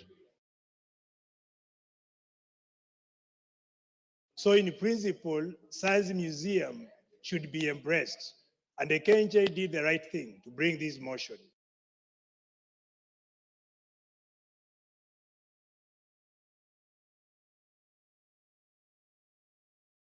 So, Mr. Speaker, I would tell you that with the technology, our young people who are not very much preoccupied will be put into a busy programs where they'll have a chance to discover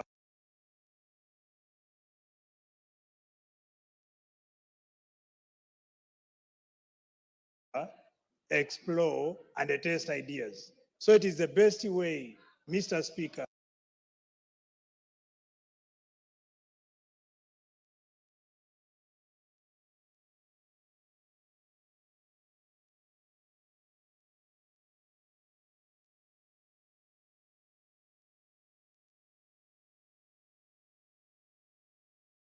to make our youth get to use technology and science and actually mitigate the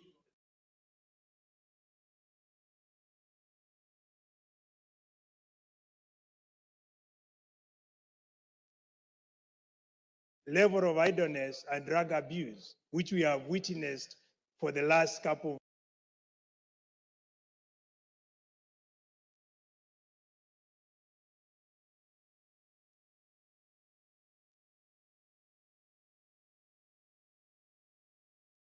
of years, simply because most of our young people today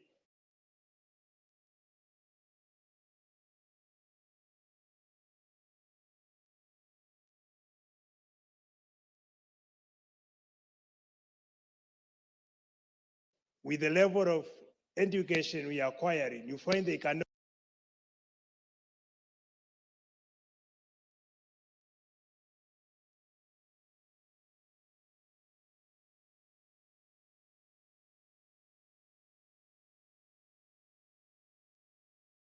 be able to employ themselves. So with having Science Museum deployed in many parts of this country, you'll find that the youth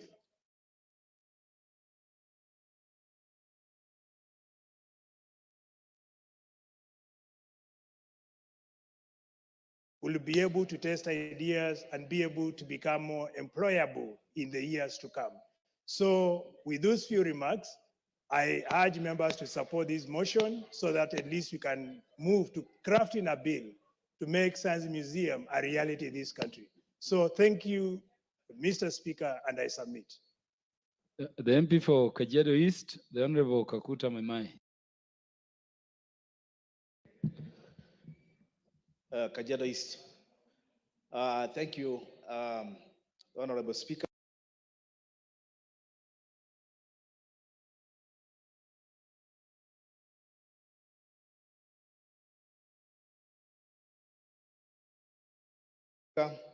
I support this motion by my good friend and chairperson of the Innovation, Communication and Information Committee, KJ.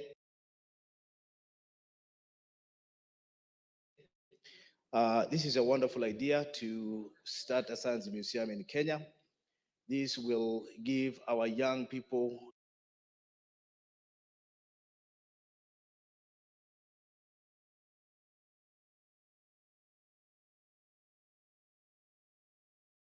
a chance to, of course, explore the field of science, natural sciences, and able to exhibit their creation, their innovations, and we will also be able to showcase the innovations that has taken place in different parts of the world. And perhaps that will also become an inspiration and encouragement for our young people to also become innovative and creative. So I think this is a very important museum, and I hope that it will get the support that it needs to be established, and perhaps also get enough funding to be funded so that it will not just become a museum in paper, but it will actually be actualized. Because I've also seen in the existing museum, like the National Museum, so many times I do visit that museum because I really have a great appreciation for the arts, but many times you find it underfunded and not being able to achieve what was intended to achieve. So I hope that this museum, science museum, will be actualized and will give our people a chance to be able to see and bring innovation for generations to come. So I stand to support this motion by my good friend KJ, and I hope, of course, the bill will be also be supported and be detailed enough to help us bring a wonderful science museum in Kenya and inspire innovation, creation, and innovation for our young people. Thank you, and I support. The Honorable Beatrice Kemei. Thank you, Honorable Speaker, for giving me this opportunity to add my voice to this very important motion by the chairman and my good friend, KJ, concerning the establishment of a science museum in this country. Honorable Speaker, I appreciate the fact that in the Constitution, Article 11.2p, it provides that the government shall recognize the role of science and indigenous technologies. However, this has not been done from 2010 to date. And that is why I appreciate the MP for bringing it forth today, that a science museum be established. And noting this, Honorable Speaker, that it will, when it is established, the country will greatly be impacted economically. Science plays a very key and important role in this country. Noting that even in school, the way Honorable Millie spoke, when I was also in high school, it tells you where we belong. There was the science part and the arts, and very few students were in the science department or in the science section, but very many were in the arts. But at the moment, we have all the students doing science. But after that, what happens? Where do we take them?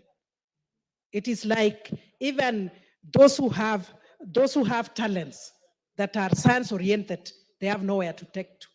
So with this science museum, I am sure they will be able even to take their talents to the next level. We will be able to tap what they have. They'll be very innovative. We have many youths who in their knowledge in school and even the talents they have, they are able to do something that is science-oriented, but they have nowhere else to practice the same and even to showcase what they have. So I really want to thank the Honorable John Kiarie for bringing it forth. And I believe once this is established, we'll be more industrialized and knowing that most of our youth at the moment have no jobs. So when we become industrialized, definitely most of our youth will be employed, not in the mainstream, but they will be even self-employed. So science is important. The museum is very, very important for us, and therefore I support. But I feel it should not just be a motion, it should go further. I believe John Kiarie will take it further to make it as appeal or craft it into appeal, and it will be very, very important for this. Once more, Honorable Speaker, thank you for giving me the opportunity, and I stand to support. Thank you. Lastly, the majority whip in the shortest time possible. Mover, prepare to reply. Thank you very much, Honorable Speaker. Honorable Speaker, I also want to air my views in support of the motion as proposed by the Honorable KJ. Honorable Speaker, there is a misconception and a very bad misconception that innovation is a preserve for the people from the West. And that any good innovation, sometimes by our own sons and daughters in this country, is sometimes doubted.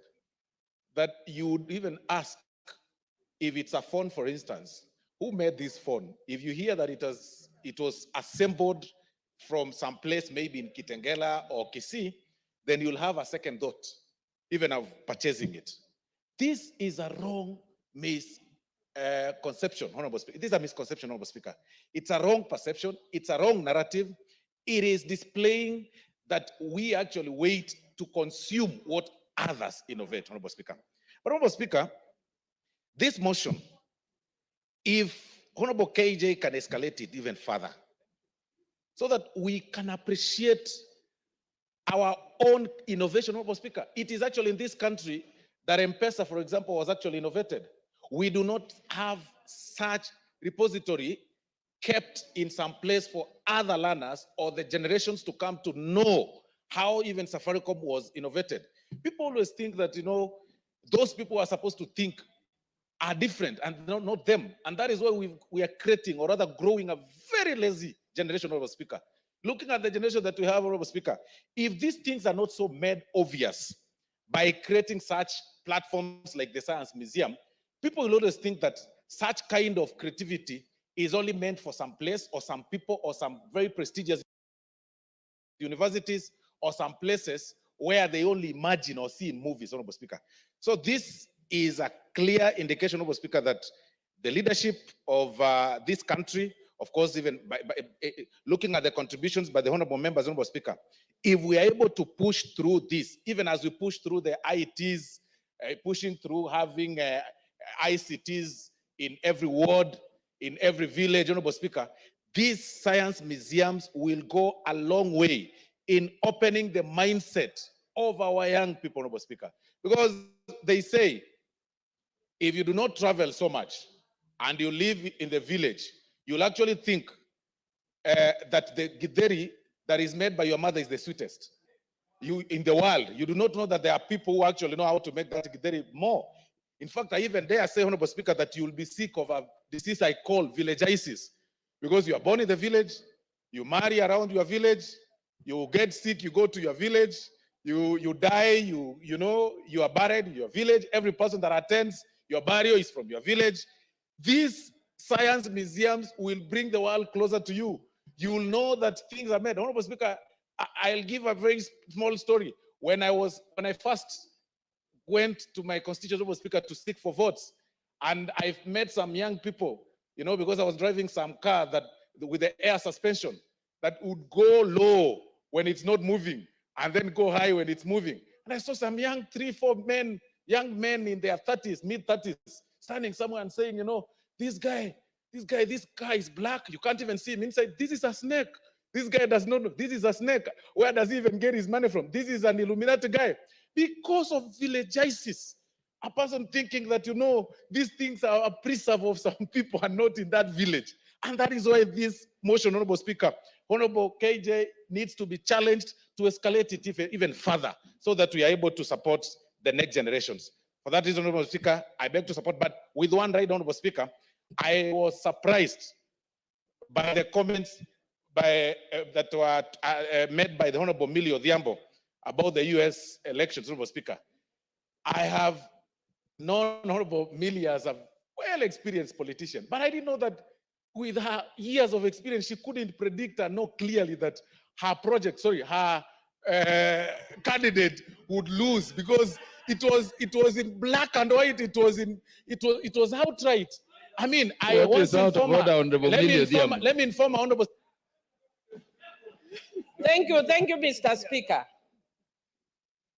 Is Honorable Osoro, in order to impute improper motive on me by inferring that I only follow candidates who are likely to win, when in fact I am a woman of principle and I follow people based on my conviction and on my principle. And I follow Kamala Harris, one, because her name sounds Luya, but secondly, because she's a woman. And I support women wherever they are found, especially if she does not have any stain. I know people have been imputing some of the things that the current president has done on her, but she's a woman. I support her whether she wins or she fails. I am a woman, strength of a woman, whether we win or lose, women. I thought Honorable Osoro was saying he didn't quite understand the policies of of Kamala, Vice President Kamala Harris, whom you are supporting. Not that she's a woman. Anyway, Honorable Osoro, proceed. Let me conclude, Honorable Speaker, and say that the Honorable Kamala and many other women should, we keep encouraging them not to use only the gender card in selling their policies. There are so many things you can tell the public other than saying, you know, I'm a woman, now elect me. And that is why with that policies, Honorable Speaker. But there is one thing to celebrate, and I think this is to Honorable Millie, that the House representative or the Minnesota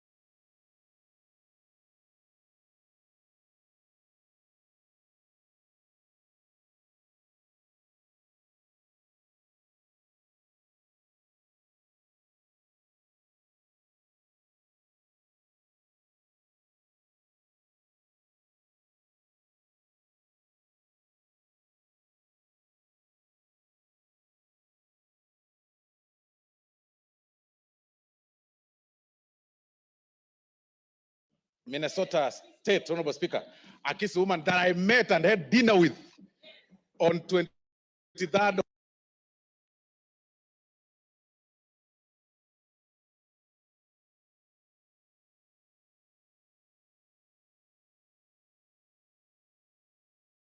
of May 2024, has actually won the seat. At least for that one, we can celebrate because we are linked to that.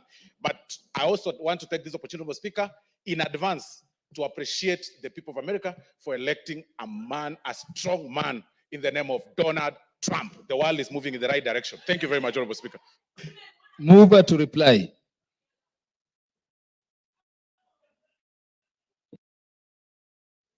Honorable Speaker, I would want to invoke standing order number 1 and call upon your discretion to allow me to donate just 4 minutes, 2 minutes actually, a minute to the Honorable Waungo and the Honorable Wakili Geshimo. amenity. Honorable Dick Maungu. Thank you so much, Speaker. Allow me first and foremost to appreciate my good brother KJ for having donated a minute to me, and also for coming up with such a brilliant motion. I must say that to start with, I'm in full support, and I support this motion because it has come at a point in time when the world is all about science. Mr. Speaker, the world today is science, the world tomorrow is science. And therefore, any idea that comes in to crystallize this one is an idea that is highly welcome, Mr. Speaker. Mr. Speaker, we live in a very creative world, a world full of creativity and innovations. And all this can be secured by having a science museum so that those who are here today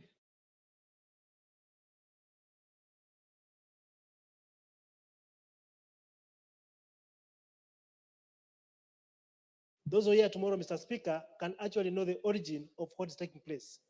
More so in Kenya, at a point in time when we are having the CBC, Mr. Speaker. CBC, as you all know, has come in at a good time, Mr. Speaker, and there's no better way in which CBC can be entrenched or supported other than having a science museum that will go a long way, Mr. Speaker, in enabling our kids back in the rural areas to be, to get proper training, proper learning, and be able to actually realize what science can do. All I can call upon is that my brother can maybe be able to promote this motion into a bill so that now we can have it better secured for the good of our country. Otherwise, I oblige and I support the bill. Thank you.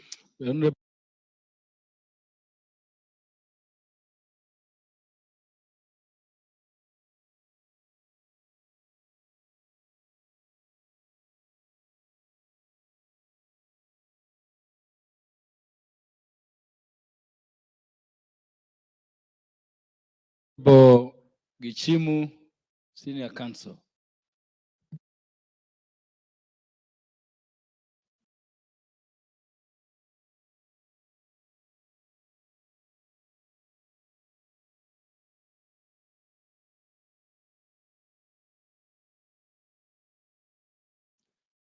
Thank you, Honorable Speaker, and thanks for the prayers that one day I'll be a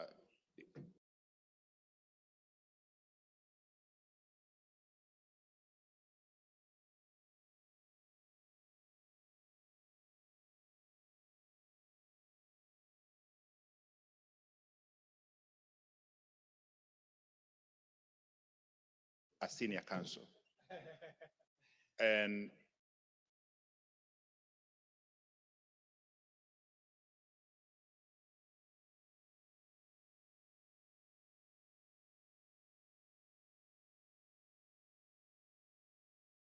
Honorable Speaker, I support this bill.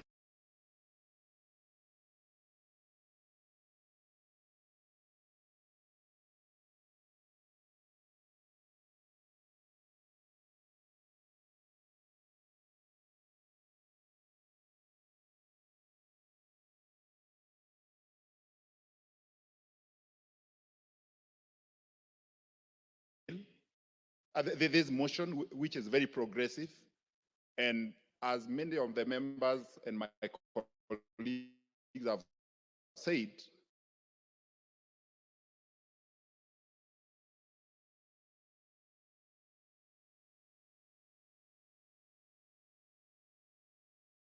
this is a motion that is worth supporting to become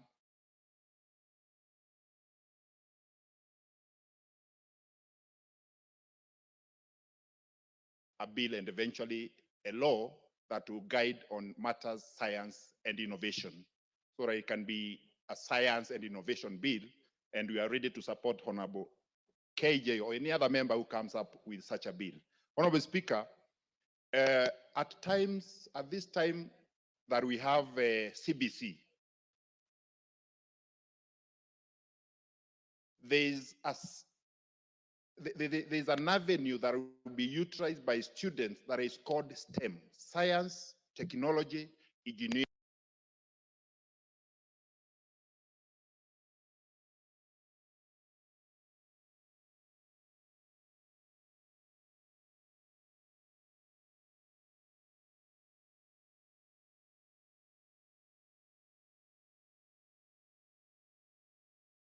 engineering, and mathematics. And I believe this science museum will be of great benefit to these students. And going forward, actually, when I was growing up, we used to have what we call science congresses. We used to have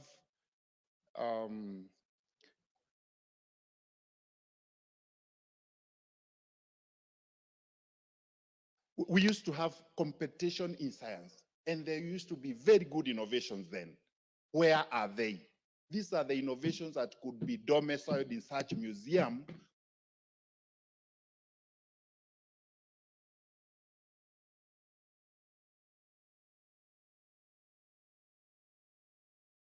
for the future generations to know that others can also learn from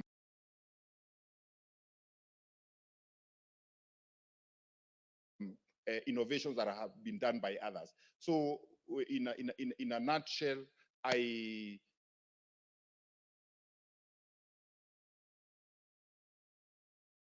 really support. I know I don't have much to say about it, but because a lot of members have supported it, I totally agree with them, and I support Honorable Speaker. And thank you for that opportunity.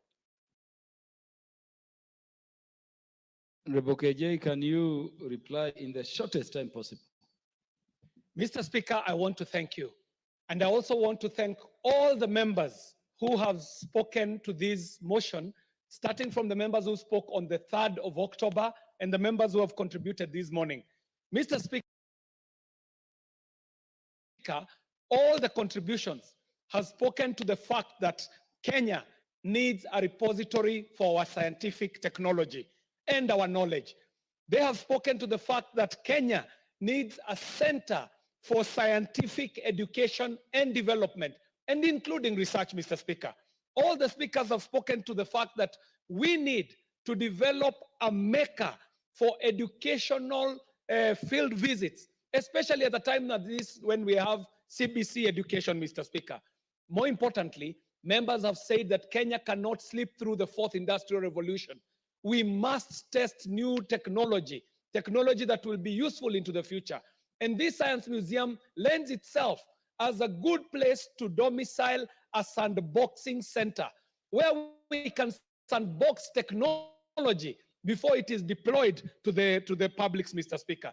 Mr. Speaker, members have said that this could be a good center for an institute for emerging technology. Mr. Speaker, all these contributions are speaking to the main fact that I spoke to when I was moving this motion, Mr. Speaker, where I said that Africa cannot continue being considered as a technological dwarf. We must disabuse this notion that Africa is a technological dwarf. Mr. Speaker, when I was moving this motion, I did point to scientific marvels that have come out of Africa, Mr. Speaker. Scientifically, Africa was a scientific giant, and we must restore this, Mr. Speaker. Mr. Speaker, the Honorable Millie Odhiambo brought a very important point, that we must stop drawing a dichotomy between the sciences and the arts. And you spoke very well, Mr. Speaker, that you being a social scientist, being a lawyer, does not stop you from being a scientist, Mr. Speaker. I have spent the better part of my adult life as an artist, Mr. Speaker. However, in 1995, if you go to the records, you shall find that the winning project at the Kenya National Science Congress, at the Kenya Science Teachers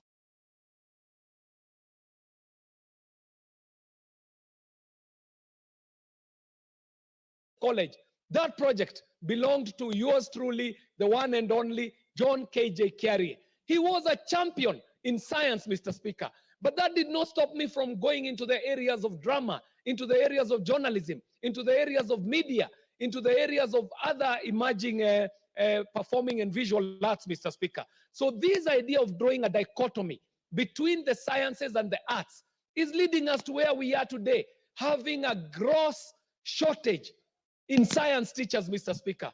So if Kenya is seeking for that pole position in the new world the new world of emerging technologies known as the fourth industrial revolution, the world of cryptocurrency, blockchain technology, artificial intelligence, the Internet of Things. If we are seeking for our pole position in this new world, we must also deliberately develop the science, technology, engineering, and mathematics field without cutting them away from the arts. Mr. Speaker, to your point, a surgeon today needs to be an amazing artist. If a surgeon was not a good artist, they stand the risk of botching up an operation on a girl who has gone for a CS operation to a point where this girl might never want to wear a bikini again in her life. This surgeon is needed to be an artist so that when they conduct surgery, they do not leave you with the scars like the ones I was left with after the post-election violence of 2007, 2008, when the operation was botched by a scientist who is not an artist. But an artist also, Mr. Speaker, has to be a scientist. You cannot be a good sculptor if you do not understand the science of civic engineering or civil engineering, Mr. Speaker. Mr. Speaker, this place that we are seeking to be a science museum, Mr. Speaker, is not speaking against the museums that exist. There was a point made here in the contributions that there already exist museums of natural history. Mr. Speaker, allow me to say that the Museum of Natural History is in every sense a dead museum, where you put taxidermies and old animals and old artifacts. But a science museum is a living museum. But in a language that we must preserve, Mr. Speaker, they say, "Itini nanagera anyeki." To translate that is to say that if you go to London, you shall find on one street the science of art, the science of natural history, the science museum, all of them put together in one street as museums lined up in a way that all of them do attract the publics that they need to. Finally, Mr. Speaker, in establishing a science museum, we shall be bringing science home. Mr. Speaker, Kenya is the cradle of mankind. And by being the cradle of mankind, it means that science and technology was birthed in this country. And what has happened over the years, Mr. Speaker, is that because of brain drain, we have bled so much technological minds to other capitals. Today, Mr. Speaker, if you go to the London Science Museum, it is one Kenyan by the name of Professor Washington Yoto, who is the chairperson of the Science Museum in London, the Science Museum group that has more than 5 science museums in the world. Such brains, Mr. Speaker, can be domiciled here in Kenya. At Konza, if we establish a science museum, we can get these amazing brains that are out there to come and establish this museum and lead it to be the first science museum, not only in East Africa, but also in Africa generally. Mr. Speaker, mine was to thank all the members as I was replying, to say that we have an opportunity here. Even as other jurisdictions are presenting committees of the future, we as Parliament, before we decide to bring a committee of the future to this House, allow us to start by setting the pace, by establishing a science museum that becomes a repository for our African traditional and emerging technologies, to showcase them to the world, to preserve them, and to ensure that Africa does not remain as a scientific dwarf that it is referred to. Mr. Speaker, I thank you profusely. I also thank all the members who have contributed to this debate, and I also want to tell the members that the Science Museum, the establishment of a Science Museum bill is already in the works, and I shall be asking you to support it when it finally comes to the House. I thank you, Mr. Speaker. Thank you, Honorable John Kiari. The question to the motion will be put the next time. It will be scheduled by the House Business Committee for the convenience of the House. Next order. Order number 10, Committee of the Whole House.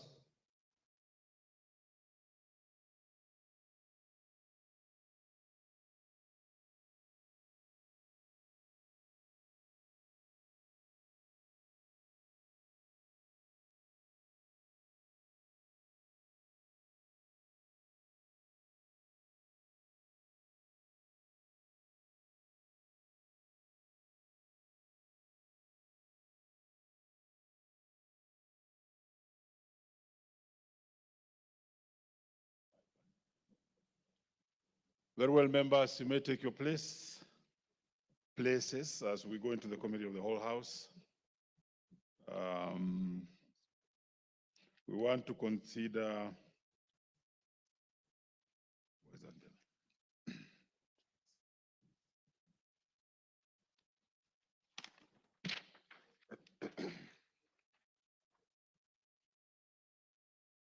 bill? The Kenya Drugs Authority Bill, National Assembly Bill number 54 of 2022. This bill had been dealt with up to clause number 54, so we shall begin with clause 55. It had gone for winnowing as the instructions were given by the speaker then, and I'm sure many concessions have been agreed upon by the chair and the members who had amendments, and therefore this should pave way for us to move much faster than we were moving when it appeared on the order paper. So we may proceed. Clause 55. I propose the question that clause 55 be part of the bill. Mover. Mover, I want you to be clear, not for the sake of only the House, but the public. Thank you, Honorable Speaker. Honorable Chair, that clause 55 be amended as per the order paper. This is by deleting subclause 1 and sub 2, therefore the following new subclause. The registrar shall keep in the prescribed form a register of all medical devices approved by the authority. This is to make provision. Yes, what's the point of order, Honorable Millie? Thank you, Chair. I would just want to request that to enable us to move fast, instead of reading, could the chair just say as per the order paper, then we can follow, instead of saying that it's amended and reads what's there as per the order paper. I thought it should have been the other way, and that's why I told him, maybe you summarize, but you need to tell the public what we are doing, because it's a very important bill. Thank you. Proceed. Thank you, Chair. This is mainly to make provision for the inclusion of the register of all medical devices as defined in clause 2 and approved by the authority. Very well, I now propose the question that clause 55 be amended as proposed by the chair. In the absence of any interests, I now put the question that clause 55 be amended as proposed by the chair. Will as many of that opinion say aye? Aye. Will as many of our contrary opinion say nay? The ayes have it. I now put the question that clause 55 as amended be part of the bill. Will as many of that opinion say aye? Aye. Will as many of our contrary opinion say nay? The ayes have it. Clause 56. I propose the question that clause 56 be part of the bill. Mover. Honorable Chair, I propose that the clause 56 be amended as by the order paper. This is to incorporate internationally accepted terminology and to redraft for proper grammatic of law. I think this is just straightforward. I propose the question as clause 56 be amended as proposed by the mover or by the chair. I now put the question that clause 56 be amended as proposed by the chair. Will as many of that opinion say aye? Aye. Will as many of the contrary opinion say nay? I now put the question that clause 56 as amended be part of the bill. Will as many of that opinion say aye? Aye. Will as many of the contrary opinion say nay? The ayes have it. Clause 57. I propose the question that clause 57 be part of the bill. Mover. I propose, Honorable Chair, propose that clause 57 be amended as per the order paper. This is to provide for penalty for the offense of deceptive labeling, packaging, and sale of medical devices. It's just fine. I propose the question that clause 57 be amended as proposed by the chair. I now put the question that clause 57 be amended as proposed by the chair. Will as many of that opinion say aye? Aye. Will as many of the contrary opinion say nay? The ayes have it. I now put the question that clause 57 as amended be part of the bill. Will as many of that opinion say aye? Aye. Will as many of the contrary opinion say nay? The ayes have it. Clause 58. I propose the question that clause 58 be part of the bill. There's an amendment. Mover. Honorable Chair, clause 58, we have amendment to clause 58A, B. I don't know whether I can prosecute all of them together or one. Proceed. Okay.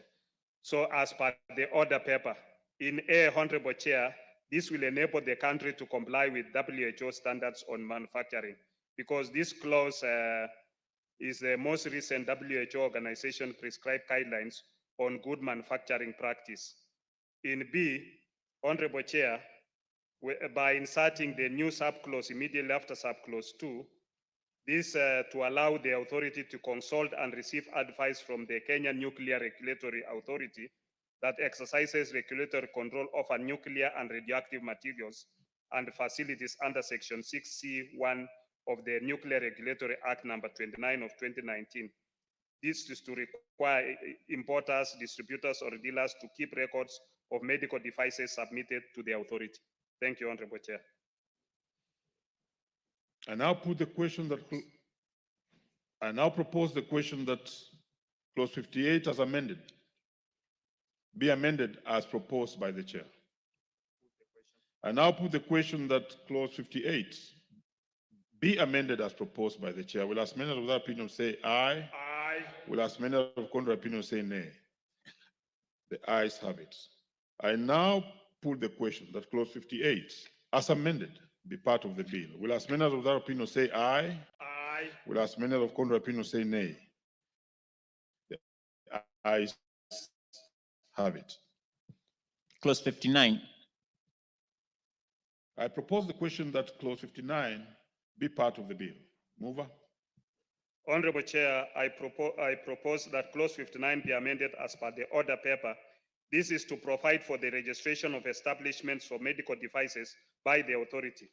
The amendment further seeks to amend subclause 3 for proper grammatic of law and to provide a penalty for the offense of supply of unapproved medical devices. Thank you, Chair. Yes, Honorable Daud. Chair, in clause 50, is it 57? It mentioned 2 million and 3. No, we are now in Yeah, I'm just referring to clause 57, where it says it was 2 million and 3 years. But in clause 59, now it comes to 1 year, 1 million and 2 years. So I find that it does not go together because it's regarding medical devices. Could the chair please explain further on that? Hold your horses. Let me propose the question. I propose the question that clause 59 be amended as proposed by the chair. Honorable, you can now come up. Thank you, Chair.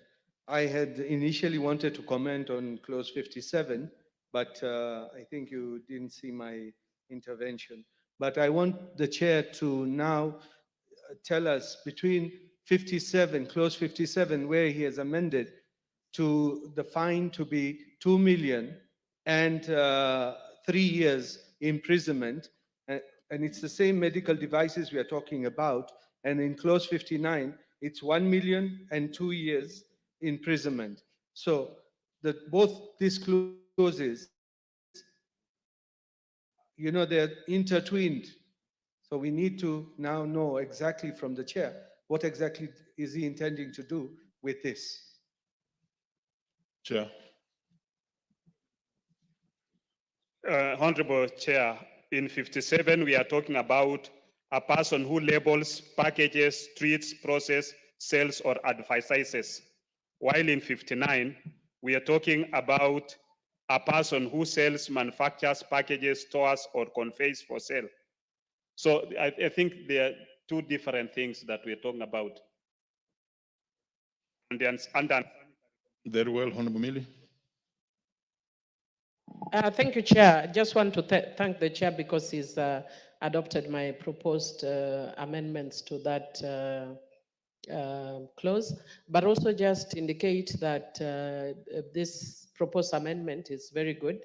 It goes to some degree to help cases that we have seen where there's a lady who died because of botched performance of some beauty enhancing techniques.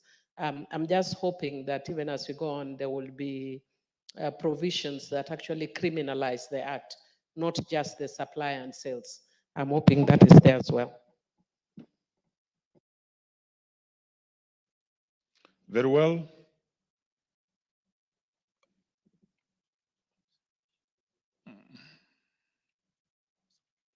I now put the question that clause 59 be amended as proposed by the chair. Will as many as of that opinion say aye? Will as many as of the opinion say nay? The ayes have it. I now put the question that clause 59 as amended be part of the bill. Will as many as of that opinion say aye? Will as many as of the opinion say nay? The ayes have it. Title of Part 11. I now propose the question that Part 11 be part of the bill. Mover. Honorable Chair, I propose that new part be amended by inserting new part immediately after the new clause 59A, that is part 8, the National Pharmacovigilance Order, Chair. System. Part 11 is actually the title. Is it 11?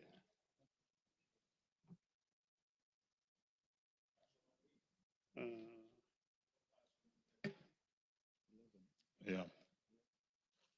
Part 11, go to the order paper. New part.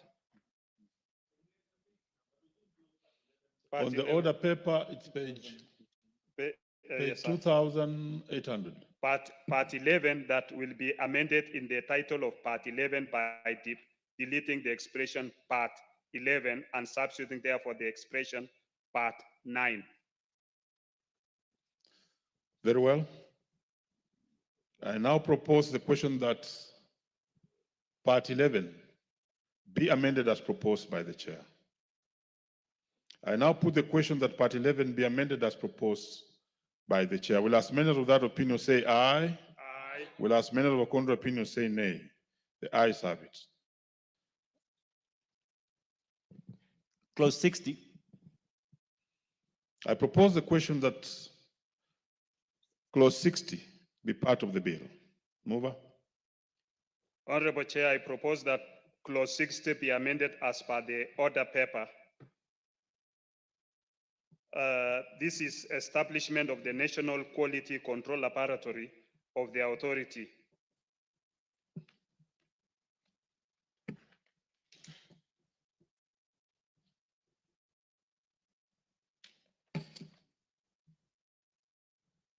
Of the authority, which shall be used as a facility and under A, this is a supplement of National Quality Control Laboratory.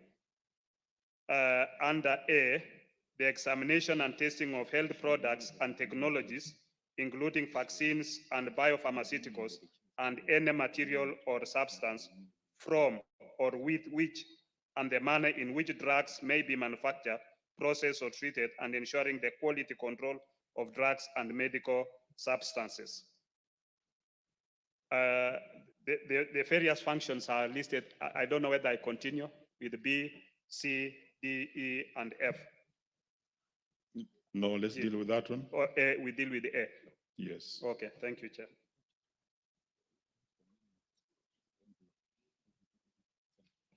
Because there's an amendment by Honorable Millie also on this, but there was a lot of winnowing.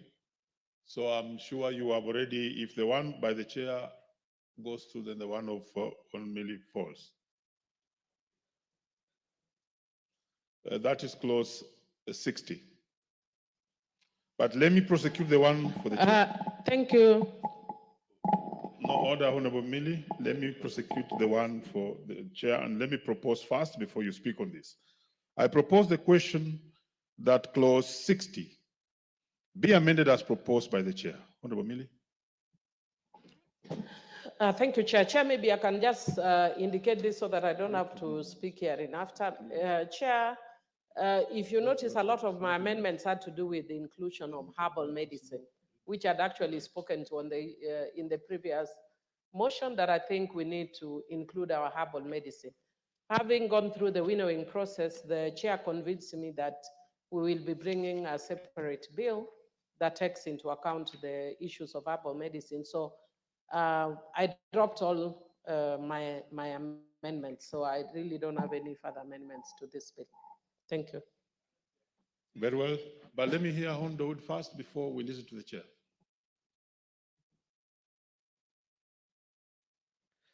Thank you, Chair. Chair, I would want to try to convince the mover, the Chair Health, on number five, where it says the Director of the National Quality Control Laboratory shall be registered pharmacist and shall possess a master's degree in a science-related field from a recognized university. Order, Honorable Dawood. We are not yet on We are not there? number I thought 5. it's okay. We are on A. Very well. Proceed, Chair, and make a comment. Honorable Chair, I want to confirm to Honorable Millie Odhiambo, the minority whip, that the bill on traditional herbal medicine is already with the Speaker.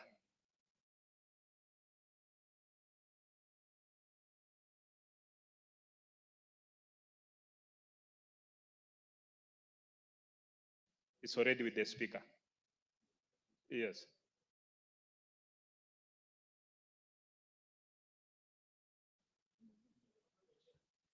Yes, Honorable Kaluma.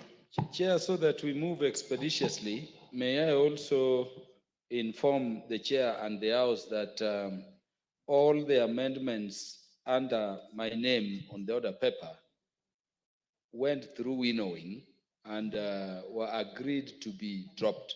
I therefore withdraw them whenever they come up so that we can expeditiously move with the chair of the committee on the amendments agreed during that harmonization process with the committee.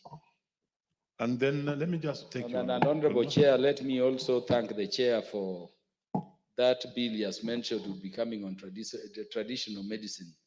There is a lot in that area in terms of scientific knowledge that Honorable Millie was talking about, which we are losing when our older members of society pass on.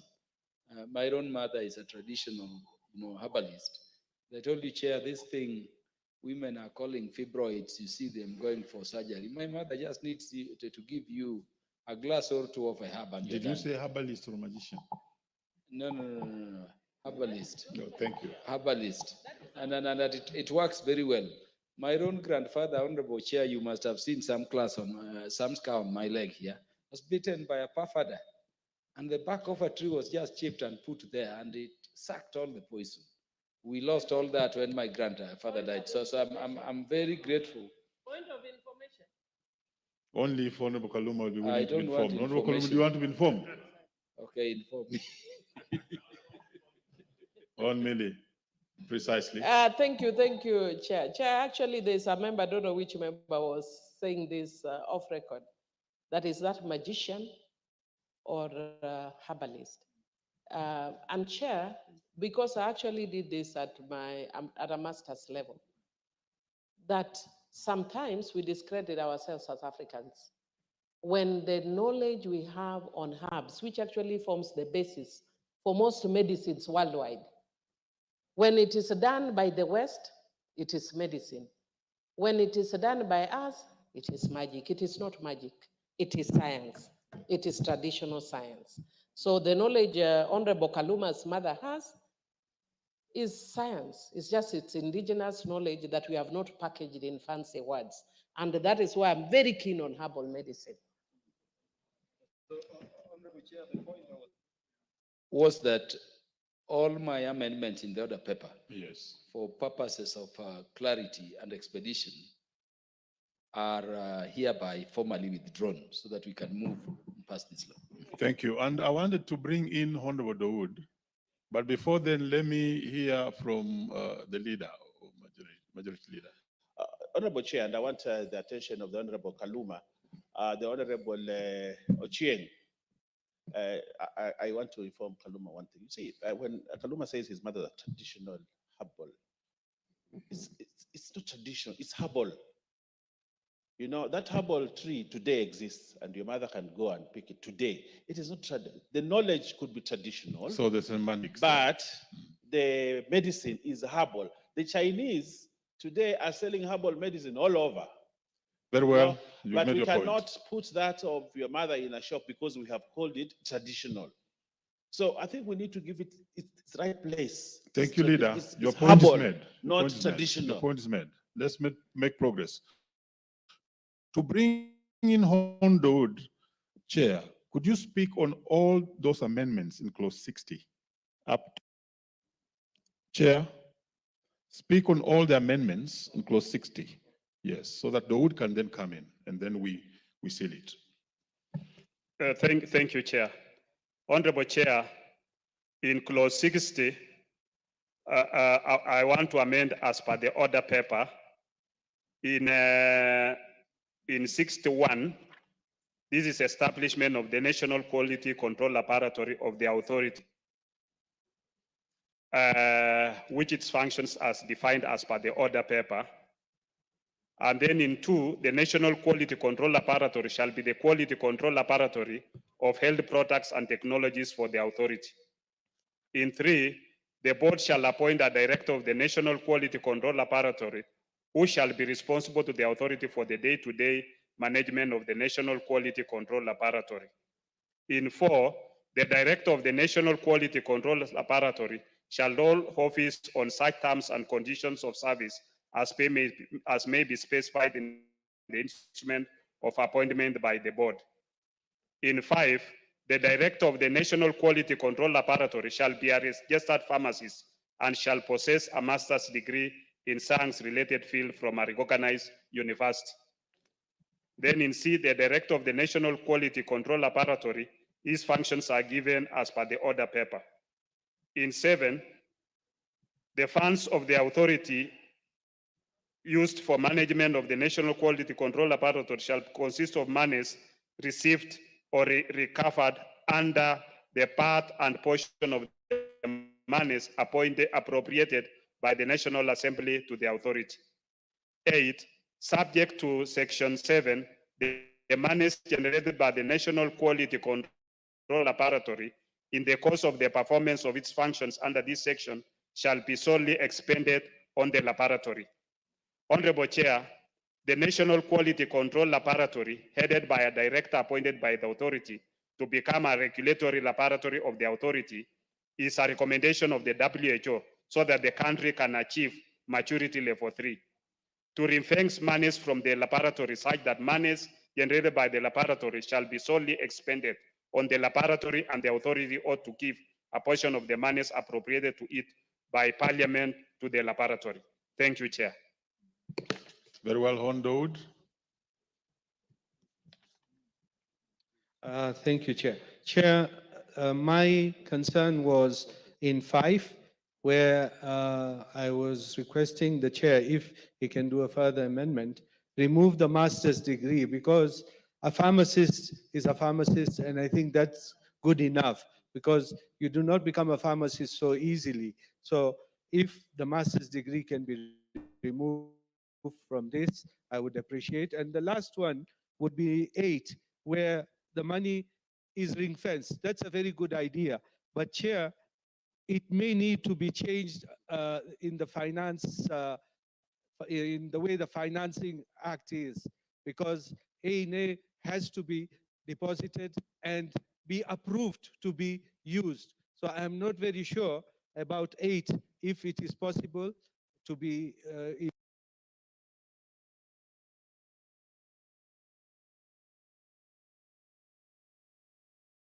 it can be done. The last one was regarding Honorable Kaluma, the one he was talking about traditional medicine and that herbal. Ayurveda in India is the biggest thing in the world. So herbal medicine is the way to go.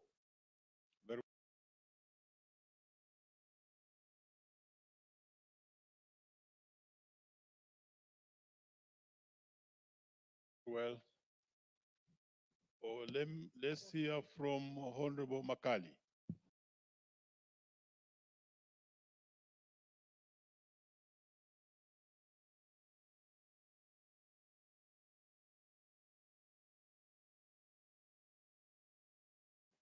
Yeah, thank you very much, Honorable Chairperson.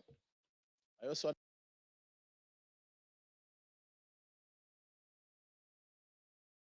wanted to comment on the issue of the financing of the authority, and I totally agree with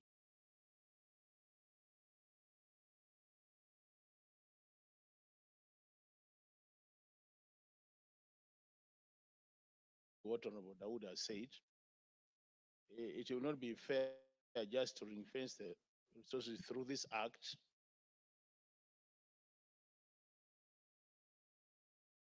Because we also have the Public Finance Management Act, which allows on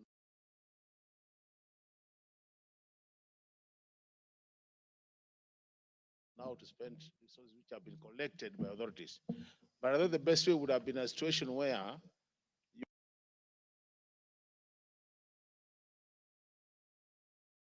you just make this authority independent so that whatever resources they collect, they're able to use it without getting money from the exchequer.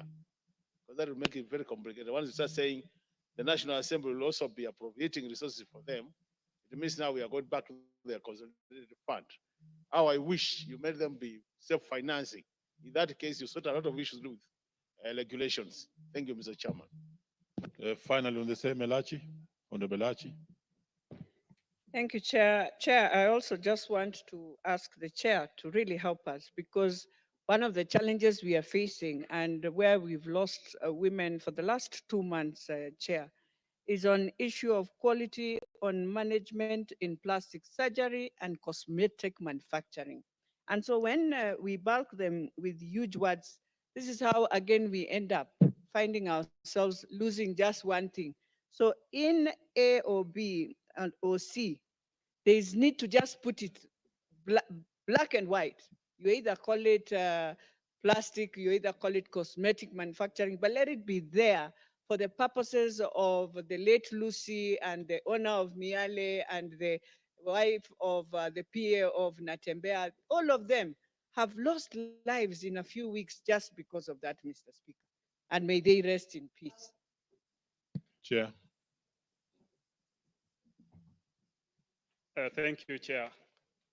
Just to make a comment on what Honorable Elijah has raised, is that we've actually summoned the medical practitioners and then this council in relation to the recent incident. Because apparently from information we have is that that facility is a level 2 facility, which is not licensed to do cosmetic surgery. So we must be able to make sure that the right facility is the one offering the various services. So we are on top of that. And if you have time tomorrow, the CS and the CEO will be appearing before the health committee. You can join us for any clarifications. And just to come back on this, Honorable Dawood, the minimum requirement we've already said is just a degree in pharmacy. But we want also, we have to raise the level, because just having a degree alone is not enough. So we are saying a master's in a related field, so that you can have a master's in management, you can have a master's in other areas within that can be able to assist you in managing it. And when you read about the funds, we are saying that the funds to be used for the management of the National Quality Control shall consist of monies received, that is monies received or recovered under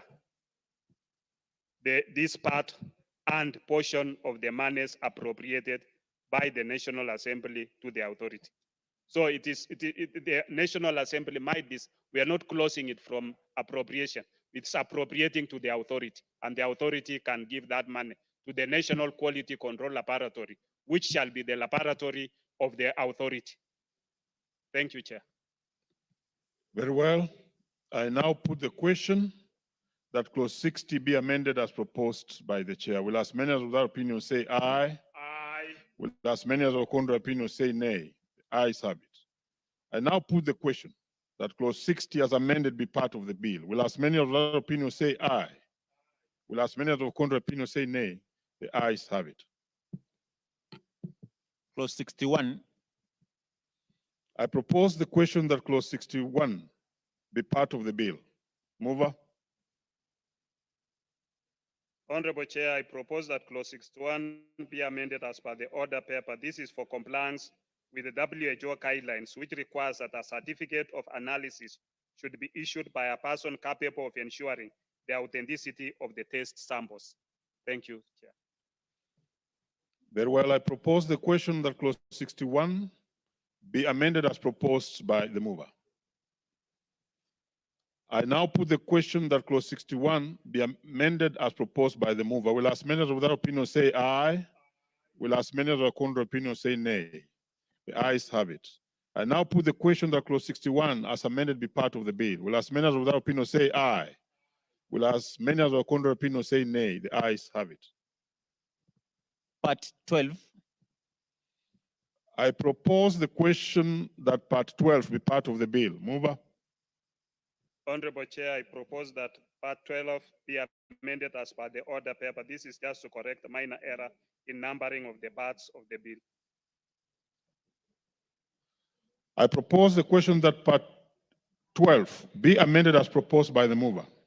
I now put the question that part 12 be amended as proposed by the mover. Will as many as of that opinion say aye? Aye. Will as many as of contrary opinion say nay? The ayes have it.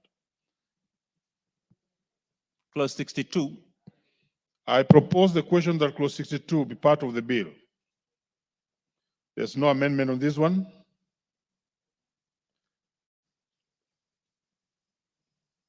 I now put the question that clause 62 be part of the bill. Will as many as of that opinion say aye?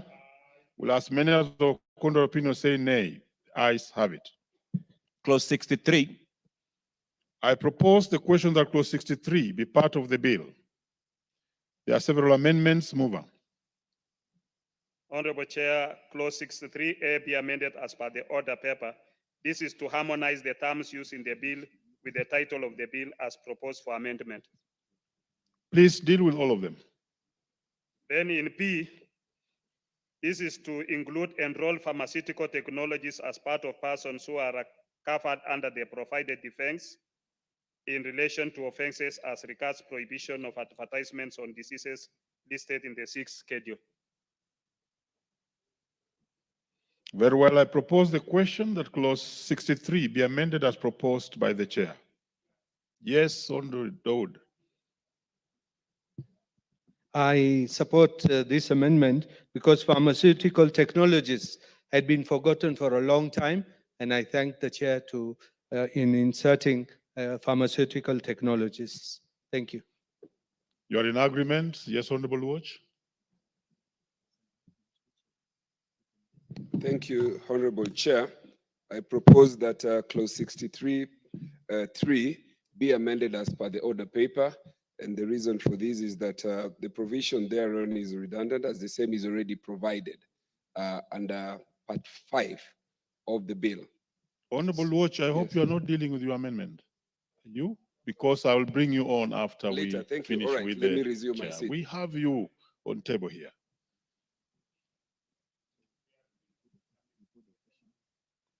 Very well. I now put the question that clause 63 be amended as proposed by the chair. Will as many as of that opinion say aye? Will as many as of the contrary opinion say nay? The ayes have it. Now we bring on Anthony. Thank you, Chair. I now propose that clause 63(3) be amended as per the order paper, and seeing that there is concurrence from the chair.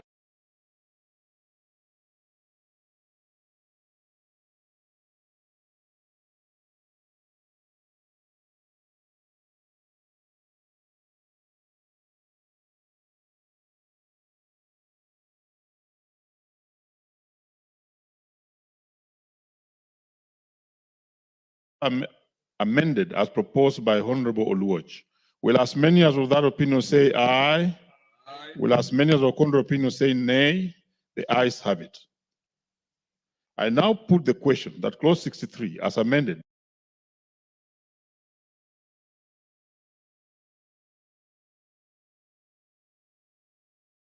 Clause 64. I propose the question that clause 64 be part of the bill. Chair, I think there's an amendment on this. Yes. Honorable Chair, I propose that clause 64 be amended as per the order paper. This is just to harmonize the terms used in the bill with the title of the bill as proposed for amendment. I propose the question that clause 64 be amended as proposed by the chair. I now put the question that clause 64 be amended as proposed by the chair. Will as many as of that opinion say aye? Aye. Will as many as of the contrary opinion say nay? The ayes have it. I now put the question that clause 64 as amended be part of the bill. Will as many as of that opinion say aye? Aye. Will as many as of the contrary opinion say nay? The ayes have it. Clause 65. I propose the question that clause 65 be part of the bill. Mover. Honorable Chair, I propose that clause 65 be amended as per the order paper. This is just to ensure objectivity. I propose the question that clause 65 be amended as proposed by the mover. I now put the question that clause 65 be amended as proposed by the chair. Will as many as of that opinion say aye? Aye.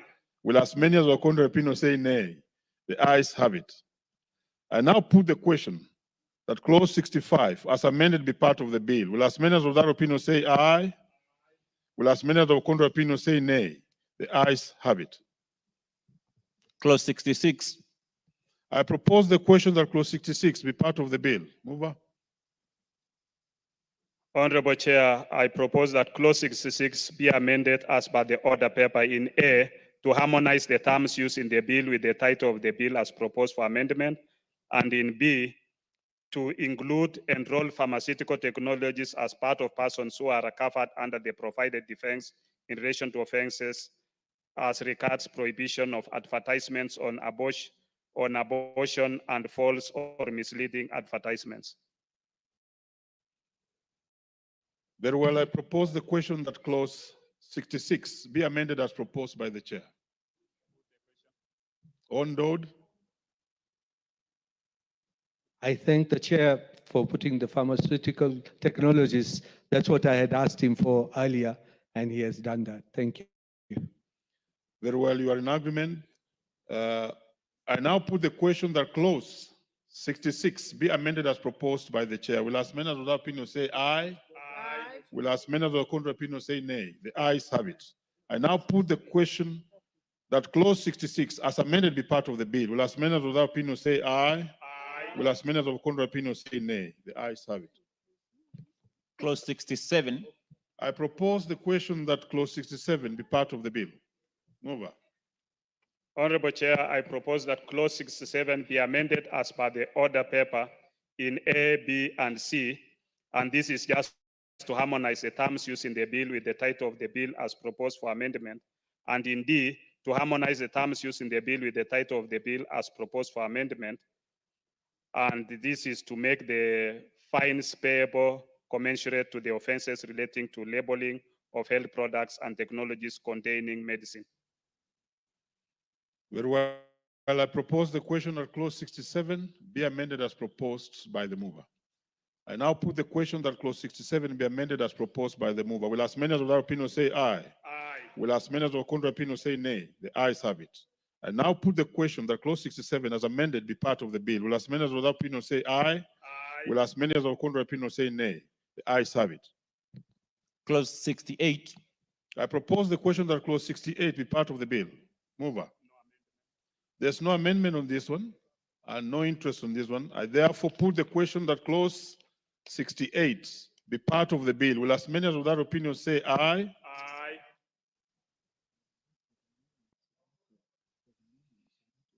Very well, I hear there are amendments on this one.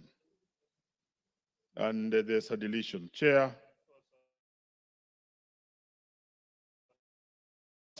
We go back. This lawmaking process. Clause 68. I've seen it. My apologies. And therefore, let me propose the question that clause 68 be part of the bill. Mover. I propose that clause 68 be amended as per the order paper. It is preferable, this is deletion, preferable to make provision for valid exemptions through regulation as opposed to providing defenses for offenses relating to labeling of medicines. Very well. Makali, do you have an interest on this? You raised? But before that, I propose the question that clause 60, 68 be deleted as proposed by the chair. Hon Makali. No, actually, Honorable Chairperson, I didn't have an issue. I was raising a point of order relating to the fact that there's amendment. We thank you Because for the chair that. said there was no amendment. Thank you. I now put the question that clause 68 be amended as proposed by the chair. Will as many as of that opinion say aye? Will as many as of a contrary opinion say nay? The ayes have it. Clause 69. I propose the question that clause 69 be part of the bill. Mover. I propose that clause 69 be amended as per the order paper. This is to harmonize the terms used in the bill with the title of the bill as proposed for amendment. I propose the question that clause 69 be amended as proposed by the chair. I now put the question that clause 69 be amended as proposed by the chair. Will as many as of that opinion say aye? Aye. Will as many as of a contrary opinion say nay? The ayes have it. I now put the question that clause 69 as amended be part of the bill. Will as many as of that opinion say aye? Aye. Will as many as of a contrary opinion say nay? The ayes have it. Part 13. I propose the question that part 13 be part of the bill. Mover. I propose that part 13 be amended as per the order paper. This is to correct minor error in numbering of the parts of the bill. I put the question, I propose the question that part 13 be amended as proposed by the mover. I now put the question that part 13 be amended as proposed by the mover. Will as many as without opinion say aye? Aye. Will as many as of contrary opinion say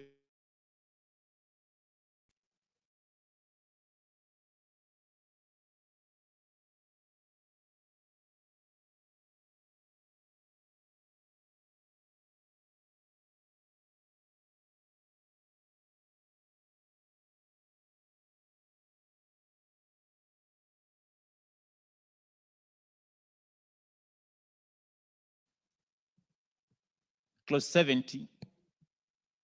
I propose the question that clause 70 be part of the bill. There seems to be no amendment on this one, Chair. I therefore proceed to put the question that clause 70 be part of the bill. Will as many as of that opinion say aye? Aye. Will as many as of the contrary opinion say nay? The ayes have it. Clause 71. I propose the question that clause 71 be part of the bill. Mover. I propose that clause 71 be amended as by the order paper. This is to harmonize the terms used in the bill with the title of the bill as proposed for amendment. I propose the question that clause 71 be amended as proposed by the mover. I now put the question that clause 71 be amended as proposed by the mover. Will as many as of that opinion say aye? Aye. Will as many as of contrary opinion say nay? The ayes have it. I now put the question that clause 71 as amended be part of the bill. Will as many as of that opinion say aye? Aye. Will as many as of contrary opinion say nay? The ayes have it. Clause 72. I propose the question that clause 72 be part of the bill. Mover, and deal with all of them. I propose that clause 72 be amended as per the order paper. In A, to harmonize the terms used in the bill with the title of the bill as proposed for amendment. And in B, to make a provision for supply of health products and technologies during emergency situations. The amendment also seeks to ensure the supply of health products and technologies shall only be undertaken by registered pharmacists. I propose the question that clause 73 be amended as I propose the question that clause 72 be amended as proposed by the mover. Yes, Honorable Makali. No, Makali first. Yeah, thank you, Chairperson. Chairperson, I really want to commend the chair for this requirement that we need a registered pharmacist and not any person. That is very important. I support. Honored. Chair, I do not support this one. I would want a further amendment where it says registered pharmacists and pharmaceutical technologists, because Chair, what happens is most of the pharmacies in our country are manned by pharmaceutical technologists, that we do not have enough pharmacists in this country, and most of the pharmacies are manned by pharmaceutical technologists. If we do not put that amendment there, then I'm afraid we will be closing a lot of pharmacies in this country. So I beseech the chair, if it is possible, we can add to the pharmacists, pharmaceutical technologies, chair. Very Now I well. would ask Underwood, we have heard you. Very well, Deputy Speaker. Thank you, Honorable Chairperson. I think on that clause 72, the information here we need Order, to know, Honorable Dawood, you may take your seat. That's there. just on a point of information on this point, the issue is not because we want to lock out our pharmaceutical technologists. It's because it's an international requirement of WHO.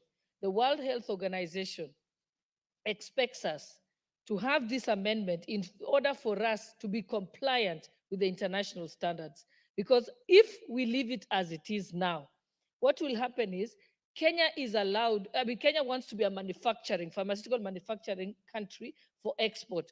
We are not able to export to the larger markets like the Americas and Europe and so on, and the rest of Africa, if we don't meet international standards. So this is just to meet under international standards. And if you see, this particular house did reduce the duties and taxes on anyone manufacturing in Kenya. And that is because we wanted to encourage manufacturers to come to Kenya. We want to become a manufacturing country instead of being a net importer. And therefore, at the moment, the pharmaceutical companies that are manufacturing in Kenya can only sell to Somalia and Burundi. So we need, as a country, to make this amendment in order to attain maturity level 3.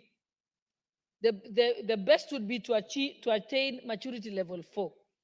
So in order to do that, this amendment is an imperative. Already we've been overtaken by Rwanda, which has achieved maturity level 3, by Tanzania. So we are going to be locked out of manufacturing in the industry. So it's not because we have anything against our farm techs.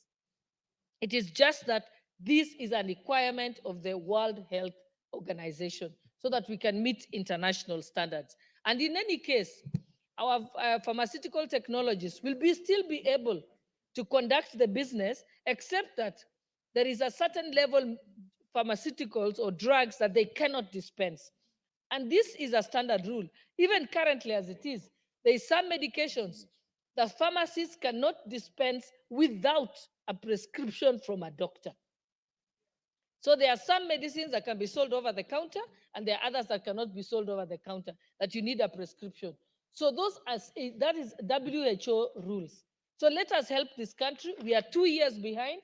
These are some of the things that we should have done immediately we came into parliament, because we kept saying that we want Kenya to be a manufacturing country. Very well. And so it is an imperative for our own economic development. Very In well. fact, those farm techs are the ones who will benefit by being hired.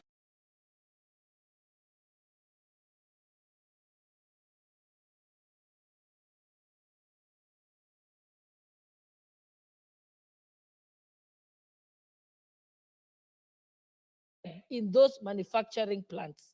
Thank Very you. well, very well. Honorable I Chair. know it has been your pet subject, and it's the core of this bill. No, we are bringing you, Chair. You don't have to be in a hurry.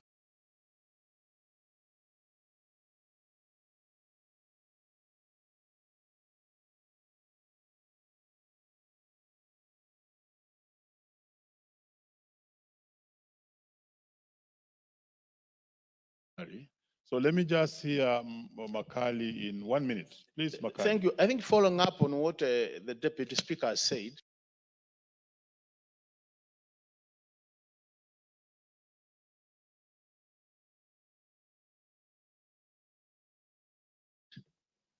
it is important to get it right, because in the earlier clauses, we've reduced a lot of pharmacists and pharmaceutical technologists.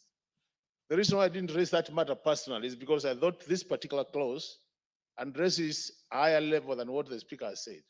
So if what the speaker has said is right, then it means you might not be achieving the objective she's mentioning in her description. Very well, and that provides a very good platform for the chair to speak on that. Chair, proceed.